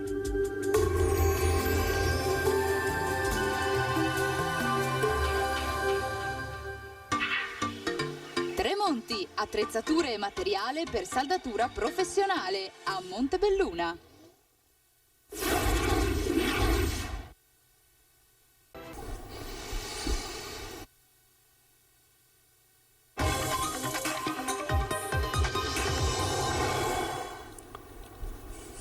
Rieccoci nuovamente in studio con l'approfondimento di Antenna 3. Oggi siamo in compagnia della CGIL, vi presento subito gli ospiti che sono qua con noi. Paolino Barbiero della CGIL, buongiorno. Buongiorno. Collegato dovrei avere Crivellari Elisa, responsabile del patronato Inca di Mogliano Veneto, buongiorno. Buongiorno a tutti. Ecco, poi forse dovremmo collegarci anche con Zuliani Armanno, vediamo se riusciamo ad averlo. Sta provando. Perfetto, ecco, fra poco allora ci collegheremo anche con lui, parleremo di assegno al nucleo familiare, di quota 100, di opzione donna, ma non solo, perché si riparte e sentiremo adesso da Paolino Barbero quali sono le proposte della CGIL, che oltretutto ha già in cantiere 2 manifestazioni che sono Bari, Firenze e Torino. 3. Bari, Firenze e Torino sono 3 manifestazioni. Dunque le proposte della CGIL, ripartiamo insieme, ci sono molti punti ancora da sciogliere. Sì, intanto è un'iniziativa unitaria di CGIL e CISL-UIL, chiaramente sono iniziative dove noi andremo con delle qualificate rappresentanze proprio per mantenere il distanziamento ed evitare che si creino situazioni di contatto negativi, perché bisogna sempre, nonostante siamo vaccinati e siamo a buon punto, per fortuna no, nonostante siamo vaccinati e quindi vogliamo evitare i rischi. Poi sostanzialmente noi al governo chiediamo di prestare attenzione a 11 punti sostanziali, perché per ripartire ci vuole il lavoro, ci vuole la coesione, la giustizia sociale e chiaramente su questi 3 cardini costruisce l'Italia di domani. È chiaro che è facile dire coesione, ma è difficile farla, specialmente dopo 2 anni in cui abbiamo tutti vissuti in modo molto pesante gli effetti della pandemia. È anche semplice dire giustizia sociale, ma durante la pandemia abbiamo visto che ci sono lavori protetti in modo adeguato, lavori meno protetti e una parte consistente di lavoratori che noi da tempo come sindacato avevamo comunque evidenziato che sono precari. E la pandemia non ha ridotto questi solchi, li ha fatti emergere. Allora noi vorremmo ripartire provando a togliere queste barriere negative che ci sono, anche perché bisogna evitare il blocco dei licenziamenti e chiediamo al governo di fare una proroga almeno fino al 31 di ottobre. Ecco, ti interrompo un attimo perché abbiamo una telefonata. Buongiorno. Sì, pronto, buongiorno. Buongiorno, lei chiama da dove? Da Martellago, sono Elisabetta. Buongiorno, dica pure. Niente, volevo sapere appunto cosa consiste in questo assegno al nucleo familiare.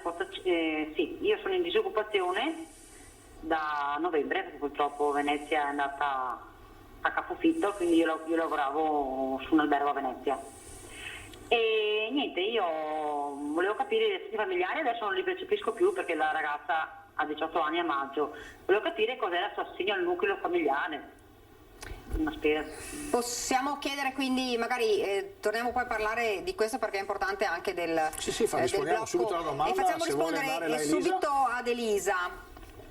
Allora, salve, intanto ho qualche difficoltà a guardare il buco nero della telecamera, ma perdonatemi se abbasso lo sguardo ogni tanto. Allora, assegno familiare. Diciamo che per chi ha i requisiti per il vecchio assegno familiare, fino ad ora si è percepito, fino al 31 dicembre di quest'anno la misura rimane identica, salvo una prevista maggiorazione in base al numero dei figli. E in merito invece a chi non aveva diritto all'assegno familiare prima perché non aveva i requisiti previsti, ho qui davanti, fatalità, un messaggio INPS di ieri, dove appunto nell'attuazione dell'adozione dei decreti legislativi che andranno in decorrenza, sembra col 1° gennaio dell'anno prossimo, nel frattempo hanno creato questo assegno temporaneo per figli minori che è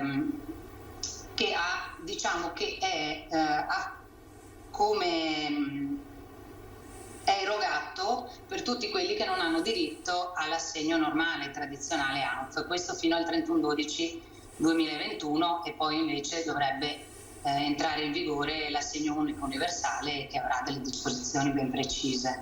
Nel caso della signora in particolare, che mi parla in realtà di una scadenza dell'assegno per l'età del figlio e non tanto perché non ne abbia diritto legato al rapporto di lavoro o quant'altro. Cioè, mettiamo caso per spiegarmi, perché anch'io faccio fatica a spiegare una cosa che ancora non è chiara a nessuno, però se la signora avesse ancora un figlio minorenne e continuasse a percepire la disoccupazione NASPI, chiederebbe l'assegno come ha fatto finora, con decorrenza ovviamente il 1° luglio, il rinnovo con i redditi dell'anno scorso, fino al 31/12 di quest'anno, dopodiché si vedrà insomma quando partirà questo assegno unico universale. Per la signora che in realtà perde il diritto legato al fatto che il figlio diventa maggiorenne, qui bisognerà verificare, nel senso che in prima istanza, leggendo questo messaggio INPS di ieri, mi verrebbe da dire che l'assegno temporaneo, quello alternativo agli ANF tradizionali, viene comunque erogato in presenza di figli minori di 18 anni, però io lascio la porta aperta, nel senso che ancora le circolari per applicare questo assegno non sono arrivate, la procedura non è ancora pronta, dicono che sarà pronta dal 1° luglio, vedremo, pertanto insomma è una parentesi che inserisco leggendo qui i requisiti previsti, però in linea di massima consiglio alla signora di ricontattarci dopo il 1° luglio, ecco. Barbiero, sicuramente il fatto che accennava la signora, insomma, aziende che sono fallite, molti lavoratori sono rimasti a casa, adesso il rischio, se non ci dovesse essere questa proroga, parlavamo della proroga del blocco dei licenziamenti, sarebbe davvero una tragedia da un punto di vista dei lavoratori. Sicuramente, anche perché se si toglie il blocco dei licenziamenti divideremo di nuovo in 2 i lavoratori, tra quelli che possono utilizzare la cassa integrazione e quelli no. Abbiamo visto durante questi 2 anni di pandemia che molte categorie erano scoperte, per cui noi diciamo che bisogna intanto tenere il blocco fino al 31/12, usare la cassa integrazione Covid, perché quella copre anche quelle aziende e quei lavoratori che non avessero titolo alla cassa integrazione normale, e nel frattempo, che è il secondo punto delle nostre richieste dello slogan Ripartiamo insieme, fare la riforma degli ammortizzatori sociali. È chiaro che tutto questo ha un costo, ed è anche chiaro che i soldi del piano nazionale per la resilienza, quelli che stanno arrivando, e c'è già la prima tranche che arriva, devono anche sostenere questi processi, e questo è importante anche perché poi noi tra gli altri punti quello che sosteniamo è che bisogna abbinare la tutela con la formazione che crei il percorso per essere inserito nei luoghi di lavoro. E anche qui sfatando alcuni luoghi comuni, perché dicono i giovani non vogliono andare a lavorare, ci sono magari quelli da 50 anni che sono espulsi dalle fabbriche che vorrebbero andare a lavorare e nessuno li assume, quindi bisogna sempre guardare con attenzione e non fare di un caso estremo una situazione generalizzata. Per esempio sentivo anche ieri sera in molte trasmissioni, si lamentano dei giovani che vogliono andare a fare la stagione. Io conosco dei giovani che sono andati a Jesolo a fare la stagione, pagati regolarmente, però siccome arrivano da paesi in cui non possono andare a casa tutti i giorni, hanno preso un appartamento in 5 e pagano 5.000 euro, quindi ne prendono 10 e ne pagano 5, quindi bisognerebbe trovare anche le condizioni, se vogliono che vadano là a lavorare, che si devono spostare, di avere dei prezzi calmierati per stare a riposarsi dopo che hanno finito di lavorare. Quindi ci sono molti luoghi comuni che secondo me andrebbero smontati. Bisognerebbe che in questa fase anche a livello di governo, invece di dimostrare chi è più bravo, facessero emergere i problemi veri e dire poi con quali risorse queste cose vengono diciamo colmate. Chiudo sull'esempio delle pensioni, che poi ne parleremo. Finisce quota 100, c'è opzione donna, ci sono altre modalità che sono state inserite perché è stata introdotta un'ulteriore salvaguardia, però alla fine noi è anni che diciamo che bisognerebbe trovare una soluzione che metta insieme tutte le differenze che c'erano nelle possibilità di uscita per andare in pensione, con 3 criteri fondamentali. Una, uscire a 62 anni avendo i contributi minimo versati, che sono 20 anni di contributi. Chiaramente se esci a 62 anni avrai una pensione più bassa di quelli che lavorano fino a 67, perché ci sono 5 anni in meno di versamenti. L'altra è per quelli che hanno cominciato a lavorare giovani, fermarsi a 41 anni, che è anche in sintonia con quelle che sono le medie europee. Dentro a queste 2 uscite trovare soluzioni che proteggano di più e meglio i lavori usuranti, i lavori gravosi, quindi creare delle scontistiche su queste questioni. E tra l'altro questo ci consentirebbe anche di gestire i processi di riorganizzazione, perché se tu hai processi di riorganizzazione all'interno delle fabbriche e cominciano a licenziarti i sessantenni che magari dovrebbero lavorare fino a 60, cosa stanno? 7 anni senza lavoro e senza pensione. Se metti la soglia dei 62 come uscita o la soglia dei 41 per quelli che hanno cominciato a lavorare giovani, puoi creare i meccanismi di accompagnamento e tra l'altro, come abbiamo proposto, durante questa fase di accompagnamento mettere insieme anche i giovani in modo che gli anziani trasmettano le conoscenze, perché ci sono le conoscenze, quelle che uno impara a scuola di carattere generale, ma poi ci sono le conoscenze e le professionalità che si maturano con anni e anni di lavoro, anche rispetto alle trasformazioni che ci sono nei luoghi di lavoro. Basta pensare alle trasformazioni che ci sono state in questi anni, dove la digitalizzazione è entrata in maniera prepotente, basta guardare anche qui, no? Certo. Prima venivamo tutti in studio, adesso possiamo farlo tranquillamente dall'ufficio. Ecco, ricordo ai telespettatori che se vogliono chiamare devono comporre lo 0422 1628 332 per poter fare le domande agli ospiti. Lo vedete anche in sovrappressione. Bene, abbiamo visto anche invece che si è collegato con noi, quindi lo salutiamo, Giuliani Ermanno, responsabile patronato Inca di Roncade. Buongiorno. Altrettanto a voi, buongiorno.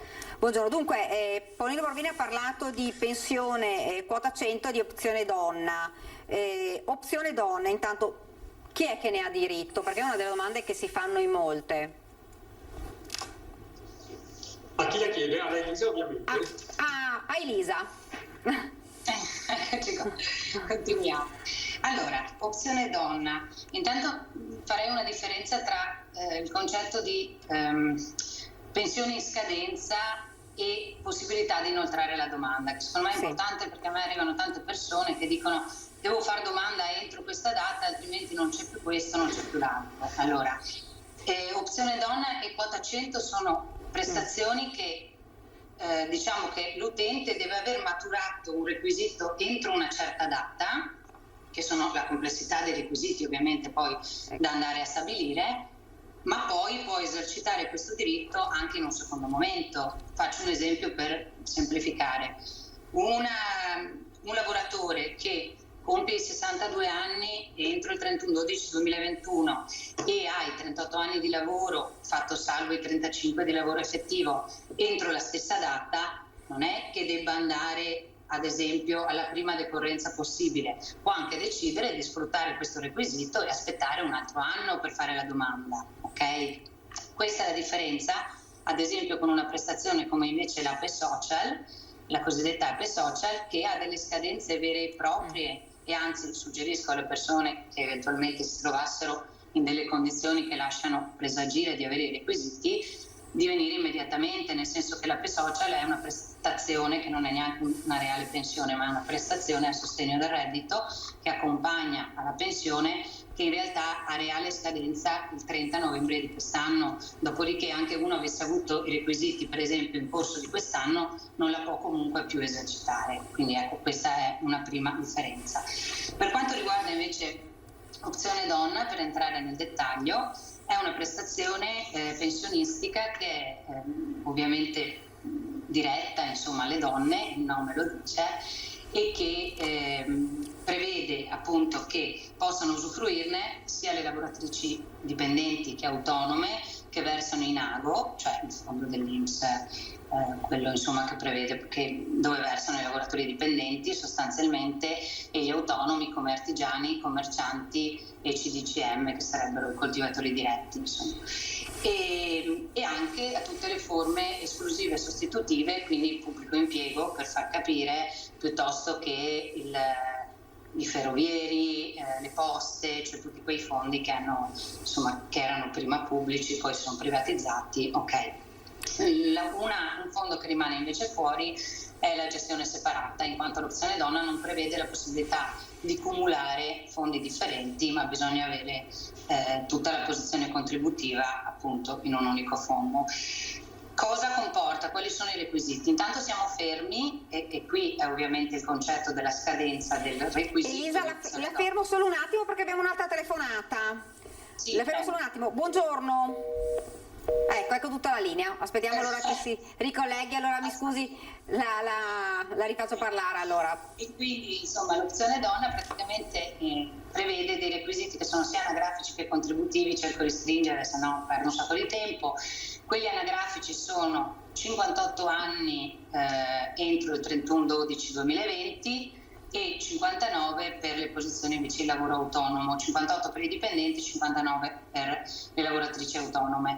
Il requisito invece contributivo sono i 35 anni di lavoro effettivo. Per effettivo si intende che non include ad esempio la disoccupazione e alcune forme di malattia e infortunio, qui non entriamo adesso nel dettaglio, comunque diciamo 35 effettivi entro sempre il 31/12/2020. Quindi questi requisiti devono essere maturati a monte. Se una persona dovesse maturarli nel corso del 2021 non può esercitare, almeno se non altro finora, se nell'eventualità, scusate, suonato il telefono, nell'eventualità dovessero rinnovarla, adesso tutto resta così. Per ora possiamo parlare dei requisiti al 31/12/2020.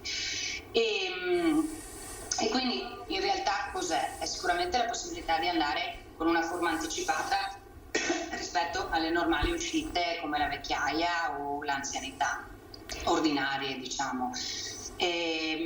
Quali sono i punti deboli? Parliamo, insomma, se vogliamo chiamarli punti deboli, perché poi a volte invece verificando le condizioni non lo sono necessariamente. È il tipo di calcolo con cui viene liquidata la pensione, che è un calcolo contributivo, per cui anche per soggetti che hanno versato ante 96, per dirla un po' così, cioè che hanno versamenti prima del 31/12/95, che quindi avrebbero diritto a un calcolo misto o retributivo, in questo caso invece escono con un contributivo puro, insomma, del calcolo.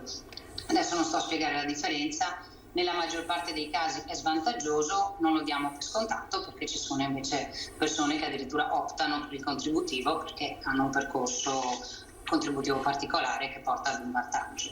Ecco, altra cosa, scusi, c'è richiesta della opzione donna? Ci sono richieste? C'è un'altra telefonata, allora aspetti che facciamo subito la telefonata. Buongiorno. Buongiorno, da dove chiama?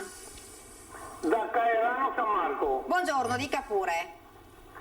Io al primo dell'anno ho perso la moglie, è andata, diciamo a poche parole, è morta, per far in fretta a capirci. Prendeva la pensione, la minima, 515 euro. Mi sente? Sì, la sento benissimo, dica pure. Bene, con la reversibilità, non si dice così? Sì. Mi danno 120 euro, ma è una cosa possibile. Da 515 mi hanno ridotto a 120 euro. Le faccio rispondere. Ma chi è che fa questi conti? Certo, allora, le faccio rispondere immediatamente. I conti vengono fatti in questo modo. Sì, le sta rispondendo. Allora, intanto bisogna vedere a monte se la minima è maturata tutta con contributi o se è integrata, perché c'è una legge che dice con 20 anni di contributi o 15, quelli che aveva sua moglie, magari matura 300 euro di pensione, chiaramente c'è una legge che porta a 516 perché c'è una integrazione. È chiaro che nel caso in cui questa pensione si trasformi in reversibilità a favore di chi c'è ancora, quindi a favore suo, l'INPS prende riferimento ai 330, quindi la pensione maturata, non la parte di integrazione. Quindi diciamo, se tutti i 515 sono stati maturati con contributi non sono giusti i 100 euro, ok? Se invece è stata integrata bisogna vedere qual era l'integrazione. Di solito l'INPS non sbaglia, però noi consigliamo sempre di fare dei controlli, viene nei nostri uffici all'Inca di Montebelluna e facciamo il controllo. Ecco, quindi insomma il consiglio è di andare per informarsi insomma all'Inca di Montebelluna per vedere insomma se questa pratica era giusta. Io volevo chiedere ad Elisa prima, c'è la richiesta della quota dell'opzione donna? Altra telefonata. Diciamo che nelle valutazioni che facciamo nel nostro quotidiano, ovviamente per chi ha maturato i requisiti è una delle tante possibilità, insomma le persone la valutano tutte quando ci sono i requisiti ovviamente maturati, c'è chi aderisce anche perché rispetto, per esempio, faccio un esempio, rispetto alla quota 100 che impone la cessazione dell'attività lavorativa perché ha delle incompatibilità con i redditi da lavoro, l'opzione donna invece permette anche di ritornare a lavorare, ad esempio, cosa che magari si può combinare la pensione col lavoro. Di altre prestazioni è difficile dire che sia la scelta giusta o meno. Ogni situazione è a sé stante e viene valutata singolarmente per le esigenze anche personali delle persone, insomma è un po' complesso. Sicuramente tante donne vanno con l'opzione donna, certo. Quota 100 invece è uno degli argomenti, Barbiero, che è rimasto sempre in discussione. Quota 100 finisce con la fine dell'anno, per cui chiaramente... Come CGIL quindi cosa proponete? Quello che dicevo prima. Intanto finisce e abbiamo visto che tra l'altro la parte maggiore di persone che è uscita con quota 100 è stata nel settore del pubblico impiego, mettendo in difficoltà poi tutta una serie di attività, specialmente quelle sanitarie. E poi tra l'altro creando una situazione di disparità, perché uno poteva cominciare anche a lavorare dopo i 20 anni, arrivava anche a 25-24 anni, arrivava a 62-63 con 38 anni di contributi e andava in pensione prima di quelli che avevano cominciato a lavorare giovane e devono farne 43 per andare in pensione. Quindi noi pensiamo che ci deve essere quello che dicevo prima, un'uscita legata ai contributi versati dopo 41 anni di contributi, a prescindere dall'età, e invece con il minimo da versare che sono i 20 anni la possibilità di uscire a 62.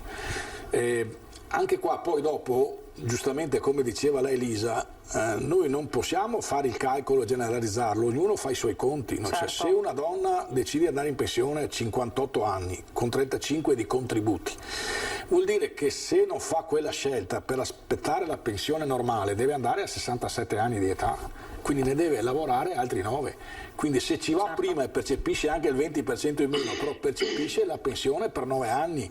Quindi prima di andare a recupero di quella perdita, quella signora deve superare quasi 90 anni. Non so se mi spiego, quindi sono tutti meccanismi complicati. Poi invece abbiamo visto che alla fine per l'opzione donna c'è anche chi ha il vantaggio. Poi aggiungo anche che dopo il 1996 tutti quelli che vanno a lavorare hanno già il calcolo con il contributivo, quindi è una norma che vale per tutti i nostri figli e i nostri nipoti. Certo. Il problema vero adesso, che è uno dei problemi che stiamo ponendo al governo, è quello di rivedere il coefficiente di calcolo sulle pensioni col contributivo, specialmente per chi ha redditi bassi e quindi ha contributi più bassi, e oltre, come si dice, a fare questo, rivedere il ricalcolo delle pensioni per chi è in pensione, perché chi lavora rinnova i contratti, chi è in pensione fanno aumenti che sono miseri, alla fine col potere d'acquisto nel giro di 15 anni, 10 anni, quello che tu avevi prima che ti permetteva di vivere bene anche in pensione non sei più in grado di farlo se non ci sono questi adeguamenti.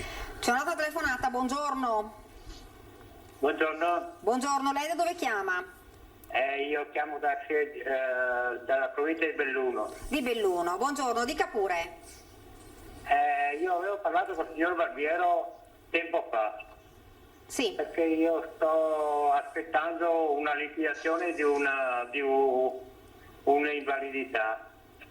Che mi è stato fatto i calcoli dalla CGIL, che mi aveva detto il signor Barbiero che mi richiamava, però non ho più sentito nessuno. Sono passati 2 mesi, adesso è 4 mesi, 6 mesi che sto aspettando questa invalidità, ma non vedo niente.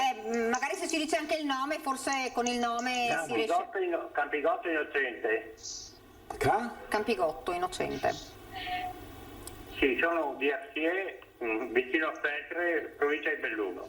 E ha parlato sicuramente con Barbiero? Avevo parlato con il signor Barbiero, mi aveva detto che mi faceva sapere, però non ho sentito nessuno. Guardi, io non ho memoria perché non seguo la zona di Belluno, comunque se mi lascia il numero di telefono, quando finisco la trasmissione la chiamo subito perché non ho memoria, tra l'altro è anche 3 mesi che non vengo in trasmissione, per cui insomma. Ecco, allora quando magari con i ragazzi che sono in regia si può lasciare il numero, poi noi passiamo il numero a Paolino Barbiero e appena terminata la trasmissione sicuramente verrà contattato. Vi ringrazio. La ringrazio io. Dunque parlavamo di pensione, una delle domande che fanno, e questo lo chiedo magari ad Ermanno, era: si può lavorare dopo la pensione? È una delle domande che continuano a fare i cittadini. Dipende da che pensione ho. Allora, la cosa che diceva Elisa prima, sono state introdotte delle formule un po' sperimentali, no? Per consentire alle persone di andare in pensione prima e quindi anche non raggiungere i 43-44 anni, che sono quelli che sono obbligatori per andare in pensione, 43, non 44. Ci sono delle forme che prevedono degli anticipi di decorrenza della pensione e che però ovviamente hanno come controbilanciamento il fatto che ci sono dei vincoli. Una cosa, per esempio l'opzione donna non la prevede. Quota 100 non consente di lavorare a eccezione di delle piccole collaborazioni fino ai 67 anni. Un'altra possibilità, che magari forse va un po' approfondita, è l'APE. L'APE fondamentalmente non è una pensione, è un anticipo pensionistico che è stato creato ancora nel 2017 e che è importante un po' ritirarlo fuori perché a fine anno scade. Per cui, siccome ci ha consentito di andare a tutelare più di qualche situazione che potevano essere perse o comunque difficili da gestire, forse bisognerebbe fare un po' memoria che esiste e che tra poco non esisterà più, salvo deroghe, no? Allora l'APE cos'è? È un anticipo, cioè io la pensione di vecchiaia, se non ho tantissimi contributi, me la porto a casa all'età della vecchiaia, che attualmente è 67 anni. L'APE prevede una possibilità di andare in pensione prima, con una misura ponte che mi traghetta fino all'età della vecchiaia, dove dopo io comunque farò la mia domanda di pensione, e mi consente di essere indennizzato addirittura 4 anni prima, con questa formula che non è una vera pensione, tanto è vero che non ha la 13ª, per esempio, non ha gli assegni familiari, però comunque mi tutela da subito se ho dei particolari requisiti. Allora, il requisito fondamentale è l'età, cioè io devo avere 63 anni, se ne ho di meno non posso farlo. Se ne ho 65 posso farlo, ma il beneficio è soltanto per 2 anni, perché poi a 67 anni mi aggancio alla pensione di vecchiaia. Poi bisogna avere almeno 30 anni di contributi, o 36 adesso vi dico, e poi bisogna avere delle condizioni un po' svantaggiose, un po' sfortunate, per cui o essere invalidi o avere un parente convivente che ha la legge 104, quindi un familiare inabile in casa, portatore di handicap, oppure essere io titolare di un'invalidità civile, oppure, e qua servono i 36 anni, poter dire di aver fatto un lavoro gravoso negli ultimi anni. Ecco, l'APE ci ha consentito di gestire varie situazioni che altrimenti andavano a soluzione soltanto 7 anni dopo, ha un limite, nel senso che più di 1.500 euro lordi non paga, però tante pensioni di vecchiaia erano sicuramente sotto, e ha il limite che non consente, escluso delle eccezioni, di lavorare successivamente alla decorrenza dell'APE. Altra cosa invece, anche i precoci. I precoci sono le persone che vanno in pensione prima degli altri, ovviamente se vogliono, se credono, se reputano, e vanno con 41 anni invece che con 42-10, perché hanno iniziato a lavorare da giovani. Allora, e hanno 52, cioè un anno di lavoro prima di aver compiuto 19 anni. Allora, chiaro, anche questa è una formula che, come l'opzione donna di cui parlava la collega prima, non è obbligatoria. Cioè io posso decidere di tirare lungo, di arrivare ai 42-10, avere una pensione un po' più alta, e adesso vi dico come, oppure posso decidere, se ho questi particolari requisiti, di andare in pensione un po' prima, perché magari sono stanco. Ecco, il legislatore ha previsto che proprio perché io vado con una pensione un po' in deroga, nel senso che ho iniziato da giovane, sono 41 anni che lavoro, magari faccio un lavoro gravoso, ecco, il legislatore dice: se tu vai in pensione come precoce, fino al compimento dei 42 anni e 10 mesi teorici che ti sarebbero toccato, tu non puoi lavorare più. Tanti mi dicono: ma la pensione come precoce mi dà comunque l'importo in base ai miei anni. Quindi 41 è il minimo, se io in quel momento in cui vado in pensione ne ho 42, mi pagano per 42. È chiaro che se io vado in pensione con 41 anni rispetto a 42-10, ho una pensione calcolata sui miei effettivi anni di lavoro, quindi nessuno mi toglie niente, però avendo meno contributi ho una pensione un po' più bassa. Tanti mi dicono: quanto ci perdo? si fanno delle stime. Di solito per uno stipendio normale andare in pensione un anno o due prima potrebbero essere 50, 60, 70 euro lordi. Ogni famiglia valuta perché magari le spese di benzina già compensano la pensione leggermente più bassa. Mi scusi perché abbiamo un'altra telefonata, mi scusi, buongiorno. Sì, buongiorno, sono Antonio da Verona. Buongiorno. Intanto complimenti per la trasmissione. Grazie.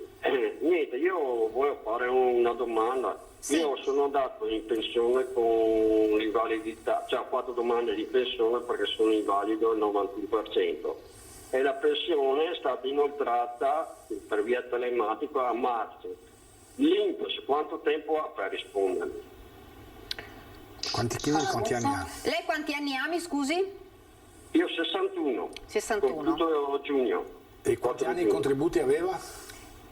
Ho sui 30 anni i contributi.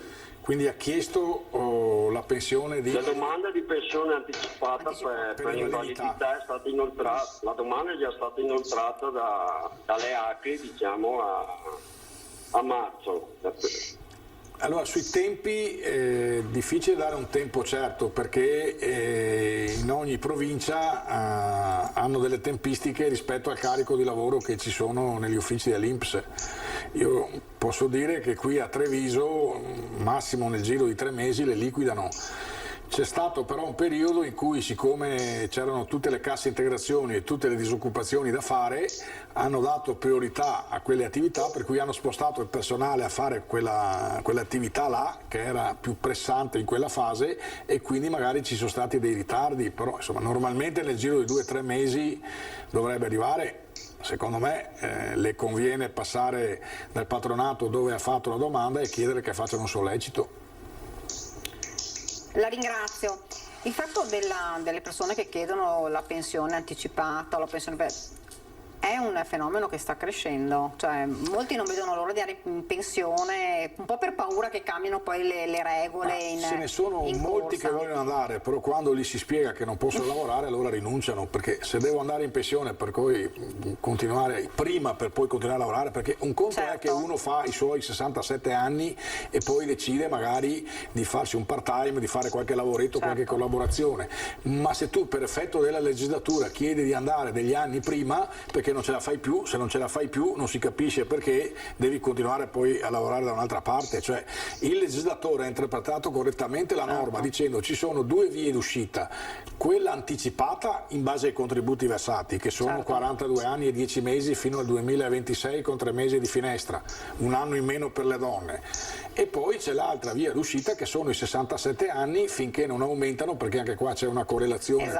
con l'attesa di vita. Prima di queste 2 uscite ci sono tutta una serie di possibilità di andare prima. Su una parte di queste possibilità ci sono dei vincoli, per esempio se l'opzione donna non c'è, ma per un motivo molto semplice, perché ti calcolano la pensione con i contributi versati, che è la norma che vale per tutti quelli che sono stati assunti dal 1996 in poi, quindi c'è una razionalità. Il dato vero è che il calcolo, come dicevo prima, fatto sui contributi versati ha un coefficiente che va rivisto, se no la pensione rischia di abbassarsi di molto, specialmente per quelle situazioni dove le retribuzioni sono più basse.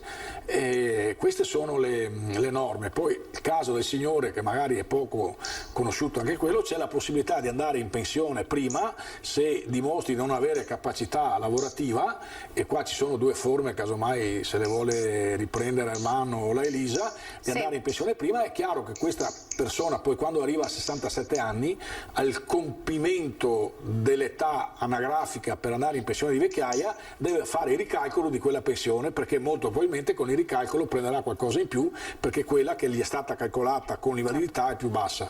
Un'altra telefonata e dopo chiediamo proprio queste 2 opzioni per la pensione in anticipo. Buongiorno. Pronto, buongiorno, è in onda, dica pure. Volevo chiedere, signor Barbiero, per quanto riguarda le questioni di sanità, adesso se non erro vanno in pensione con 42 anni e 10 mesi le donne e 41 anni e 10 mesi gli uomini. Il contrario? È il contrario, sì, scusa, è il contrario.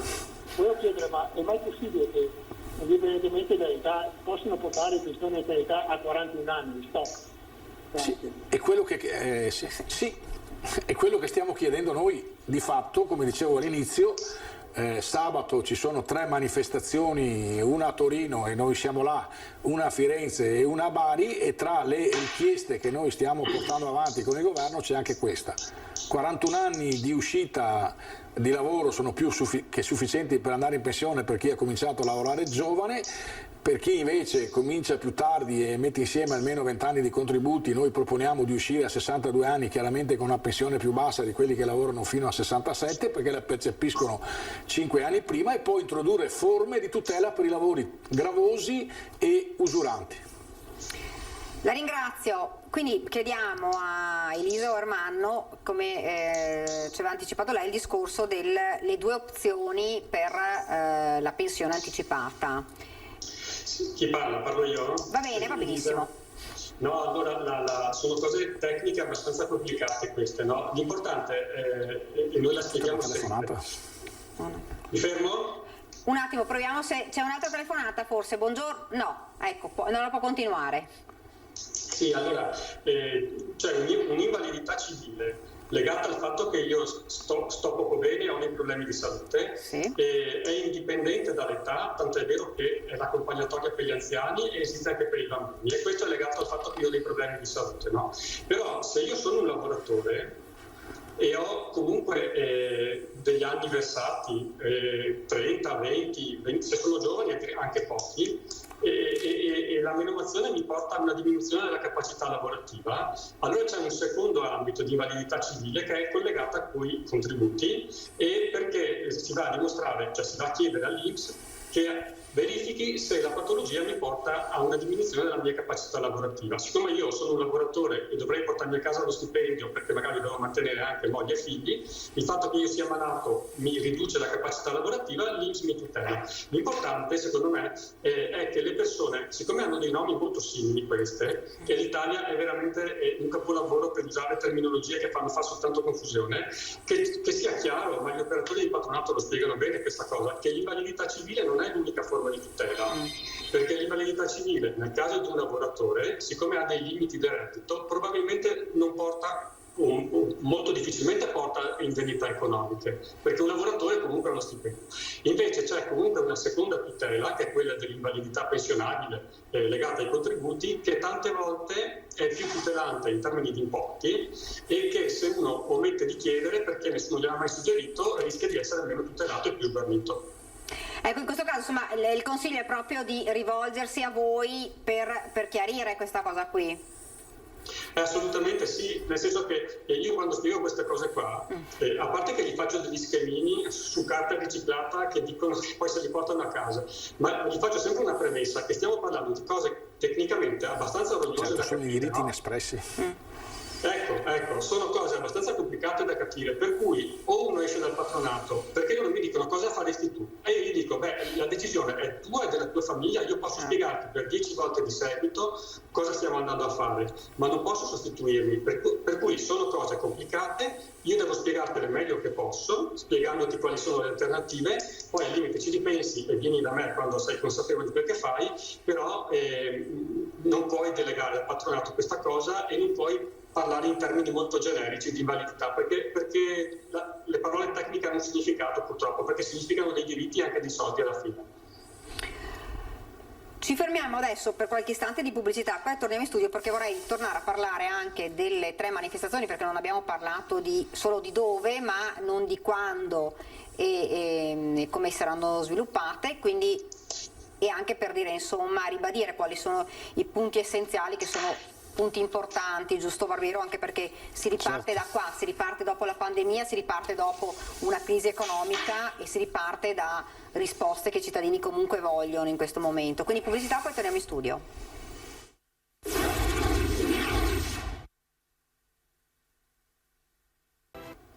Rieccoci nuovamente in studio, siamo sempre in diretta con la CGIL. Torniamo a parlare delle manifestazioni che si svolgeranno, lo ricordiamo, a Bari, Firenze e Torino, anzi, prima di parlare c'è una telefonata, quindi attendiamo un attimo. Oggi rispondiamo volentieri alle telefonate. Buongiorno. Sì, buongiorno. Buongiorno, lei chiama da dove? Io chiamo Savona di Piazza, devo parlare con il signor Bradiero. È qui, dica pure. Dunque, buongiorno signor Barbiero. Dunque, volevo chiedere un'informazione. Io sono un portiere di notte di Maderbo Venezia, ormai già da 1 anno e mezzo in cassa integrazione. Siccome a dicembre compio i 62 anni, volevo usufruire della quota 100. I requisiti dei contributi li ho già raggiunti perché ho superato i 40 anni di contributi.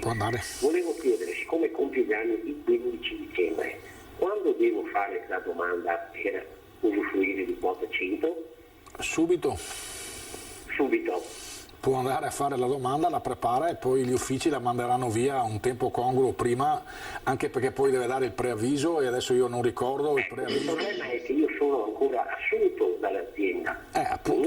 L'azienda non ha né licenziato né niente, io sono ancora in cassa integrazione. Certo, e quindi deve comunque dare, è in cassa integrazione. È in cassa integrazione di fare. È in cassa integrazione.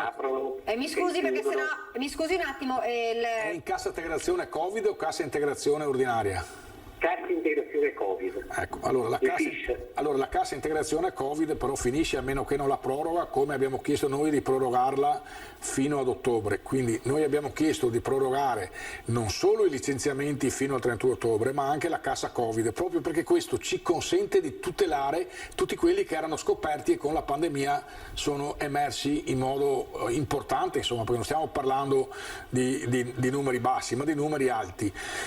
E poi vedere gli ammortizzatori. Nel suo caso credo sia utile che si rivolga al patronato della CGIL più vicino e intanto prepari l'istruttoria, chiediamo il certificativo perché bisogna chiedere il certificativo all'INPS in modo che così siamo sicuri dei contributi versati e il requisito anagrafico. Abbiamo già, perché io mi sono appodato al signor Portiglia della sezione CGIL di Mestre, di San Donato. E abbiamo già fatto più controllato. Bene, allora deve mettersi d'accordo di quando presentare la domanda e fare anche le dimissioni, perché bisogna vedere adesso cosa succede, se appunto c'è la proroga della cassa Covid oppure se non c'è più la proroga e magari essendo se è un albergo con più di 50 dipendenti possono utilizzare la cassa integrazione ordinaria e quindi accedere a quello strumento. Cioè il consiglio che le do è quello di andare dove ha fatto la pratica per capire come muoversi, perché con i tempi ci siamo. Ai tempi ci siamo. In teoria io però devo essere io a dimettermi o deve essere il datore? Allora, se è ancora in forza deve essere lei a dimettersi. Può essere io a dimettersi. E chiaramente deve farlo sapendo che c'è un preavviso, quello del suo contratto di riferimento. Sì, quello non è un problema, perché però in teoria loro adesso prorogano 99 su 100, mi hanno spiegato che prorogheranno fino al 30 di ottobre. Questo è quello che stiamo chiedendo noi e speriamo che ogni tanto ci ascoltino. La ringrazio intanto. Dunque, torniamo a parlare che sennò non riusciamo neanche a parlare delle manifestazioni, forse ci riusciamo. Il 26 giugno 2021. 26 giugno, che è questo sabato, ci sono 3 manifestazioni. In contemporanea. Una a Torino, una a Firenze, una a Bari. Per quanto riguarda il Veneto, le delegazioni di CGIL e CISL-UIL vanno a Torino. Stiamo organizzando dei pullman con la capienza al 50% e ci faremo trovare pronti in piazza a Torino proprio per rendere evidente che con tutti quei soldi che stanno arrivando si guardi con attenzione ai problemi che ci sono sopra e sotto il tappeto e che riguardano i lavoratori, le lavoratrici, le giovani, le donne. Fra le richieste la riforma del fisco. Sì. Come dicevo prima, licenziamenti, ammortizzatori sociali, pensione, c'è il tema della sanità, c'è il tema della non autosufficienza, un occhio di riguardo a creare occupazione buona e ben pagata per giovani e donne, e poi c'è il problema del fisco.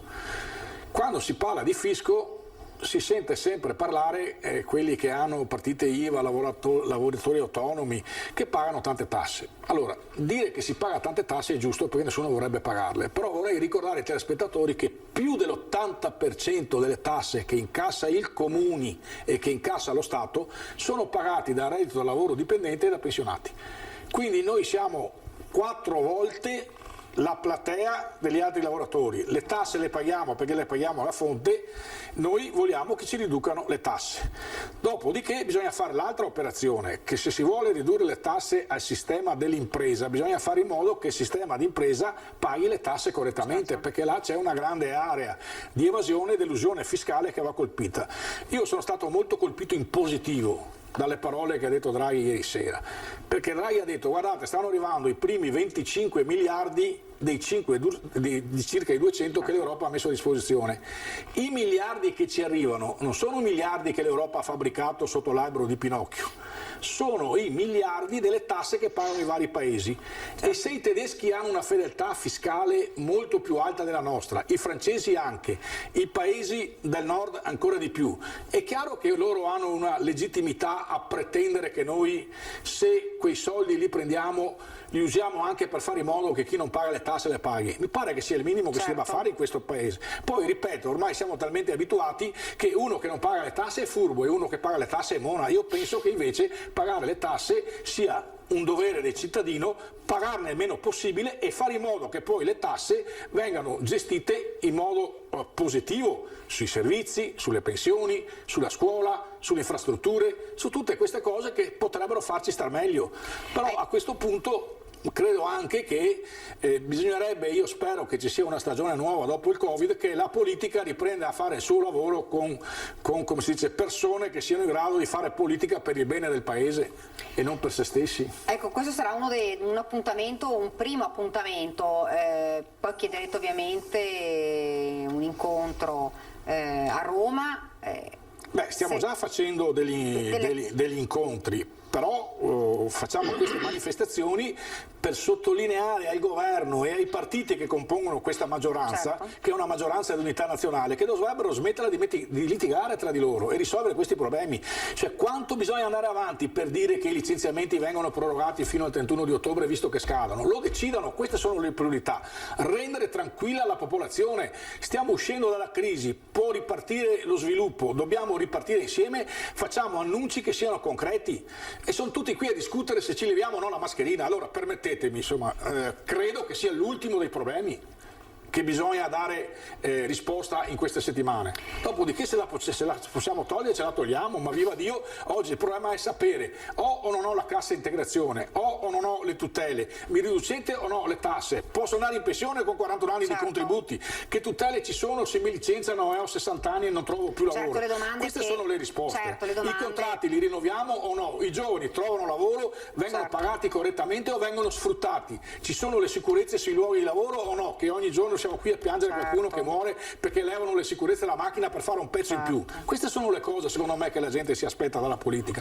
Poi invece si va dietro e si fa una discussione anche sui bar su chi ha più ragione, se si toglie la mascherina prima o mascherina dopo. Permettetemi, ma secondo me ci portano a ragionare di cose che non c'entrano niente con la realtà e il bisogno che le persone comuni hanno. Certo, sono le domande. Gli assegni familiari li rifacciamo o no? O la stanno smenando ancora, perché hanno annunciato che li facevano tutti a luglio e invece hanno spacchettato in due il provvedimento. Da una parte restano ancora i vecchi assegni familiari, per quelli che non li avevano fanno una misura ponte. Su questa misura ponte noi che dobbiamo dare servizio non abbiamo ancora lo strumento per lavorare.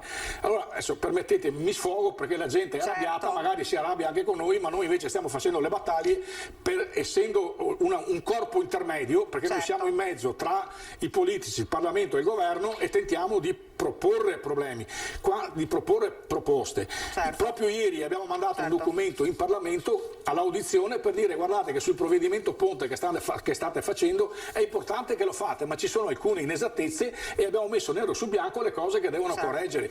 Se invece chi deve fare queste cose perde tutta la giornata a discutere di mascherine e non affronta questo problema, capite che la politica sta sbagliando il suo mestiere. E sono le domande che ovviamente più ci fanno i cittadini, l'abbiamo anche visto nelle nostre chiamate di oggi. Siamo arrivati purtroppo al termine di questa diretta, quindi io ringrazio davvero Elisa Crivellari e Ermanno Giuliani, ringrazio davvero per essere stati con noi, ringrazio ovviamente Paolino Barbiero che con questo sfogo comunque ha spiegato e ha reso chiaro qual è il concetto importante e le risposte che vogliono i cittadini, quindi grazie davvero a Paolino Barbiero. Grazie, ci vediamo comunque domani per la prossima diretta, grazie davvero, grazie per averci seguito e arrivederci.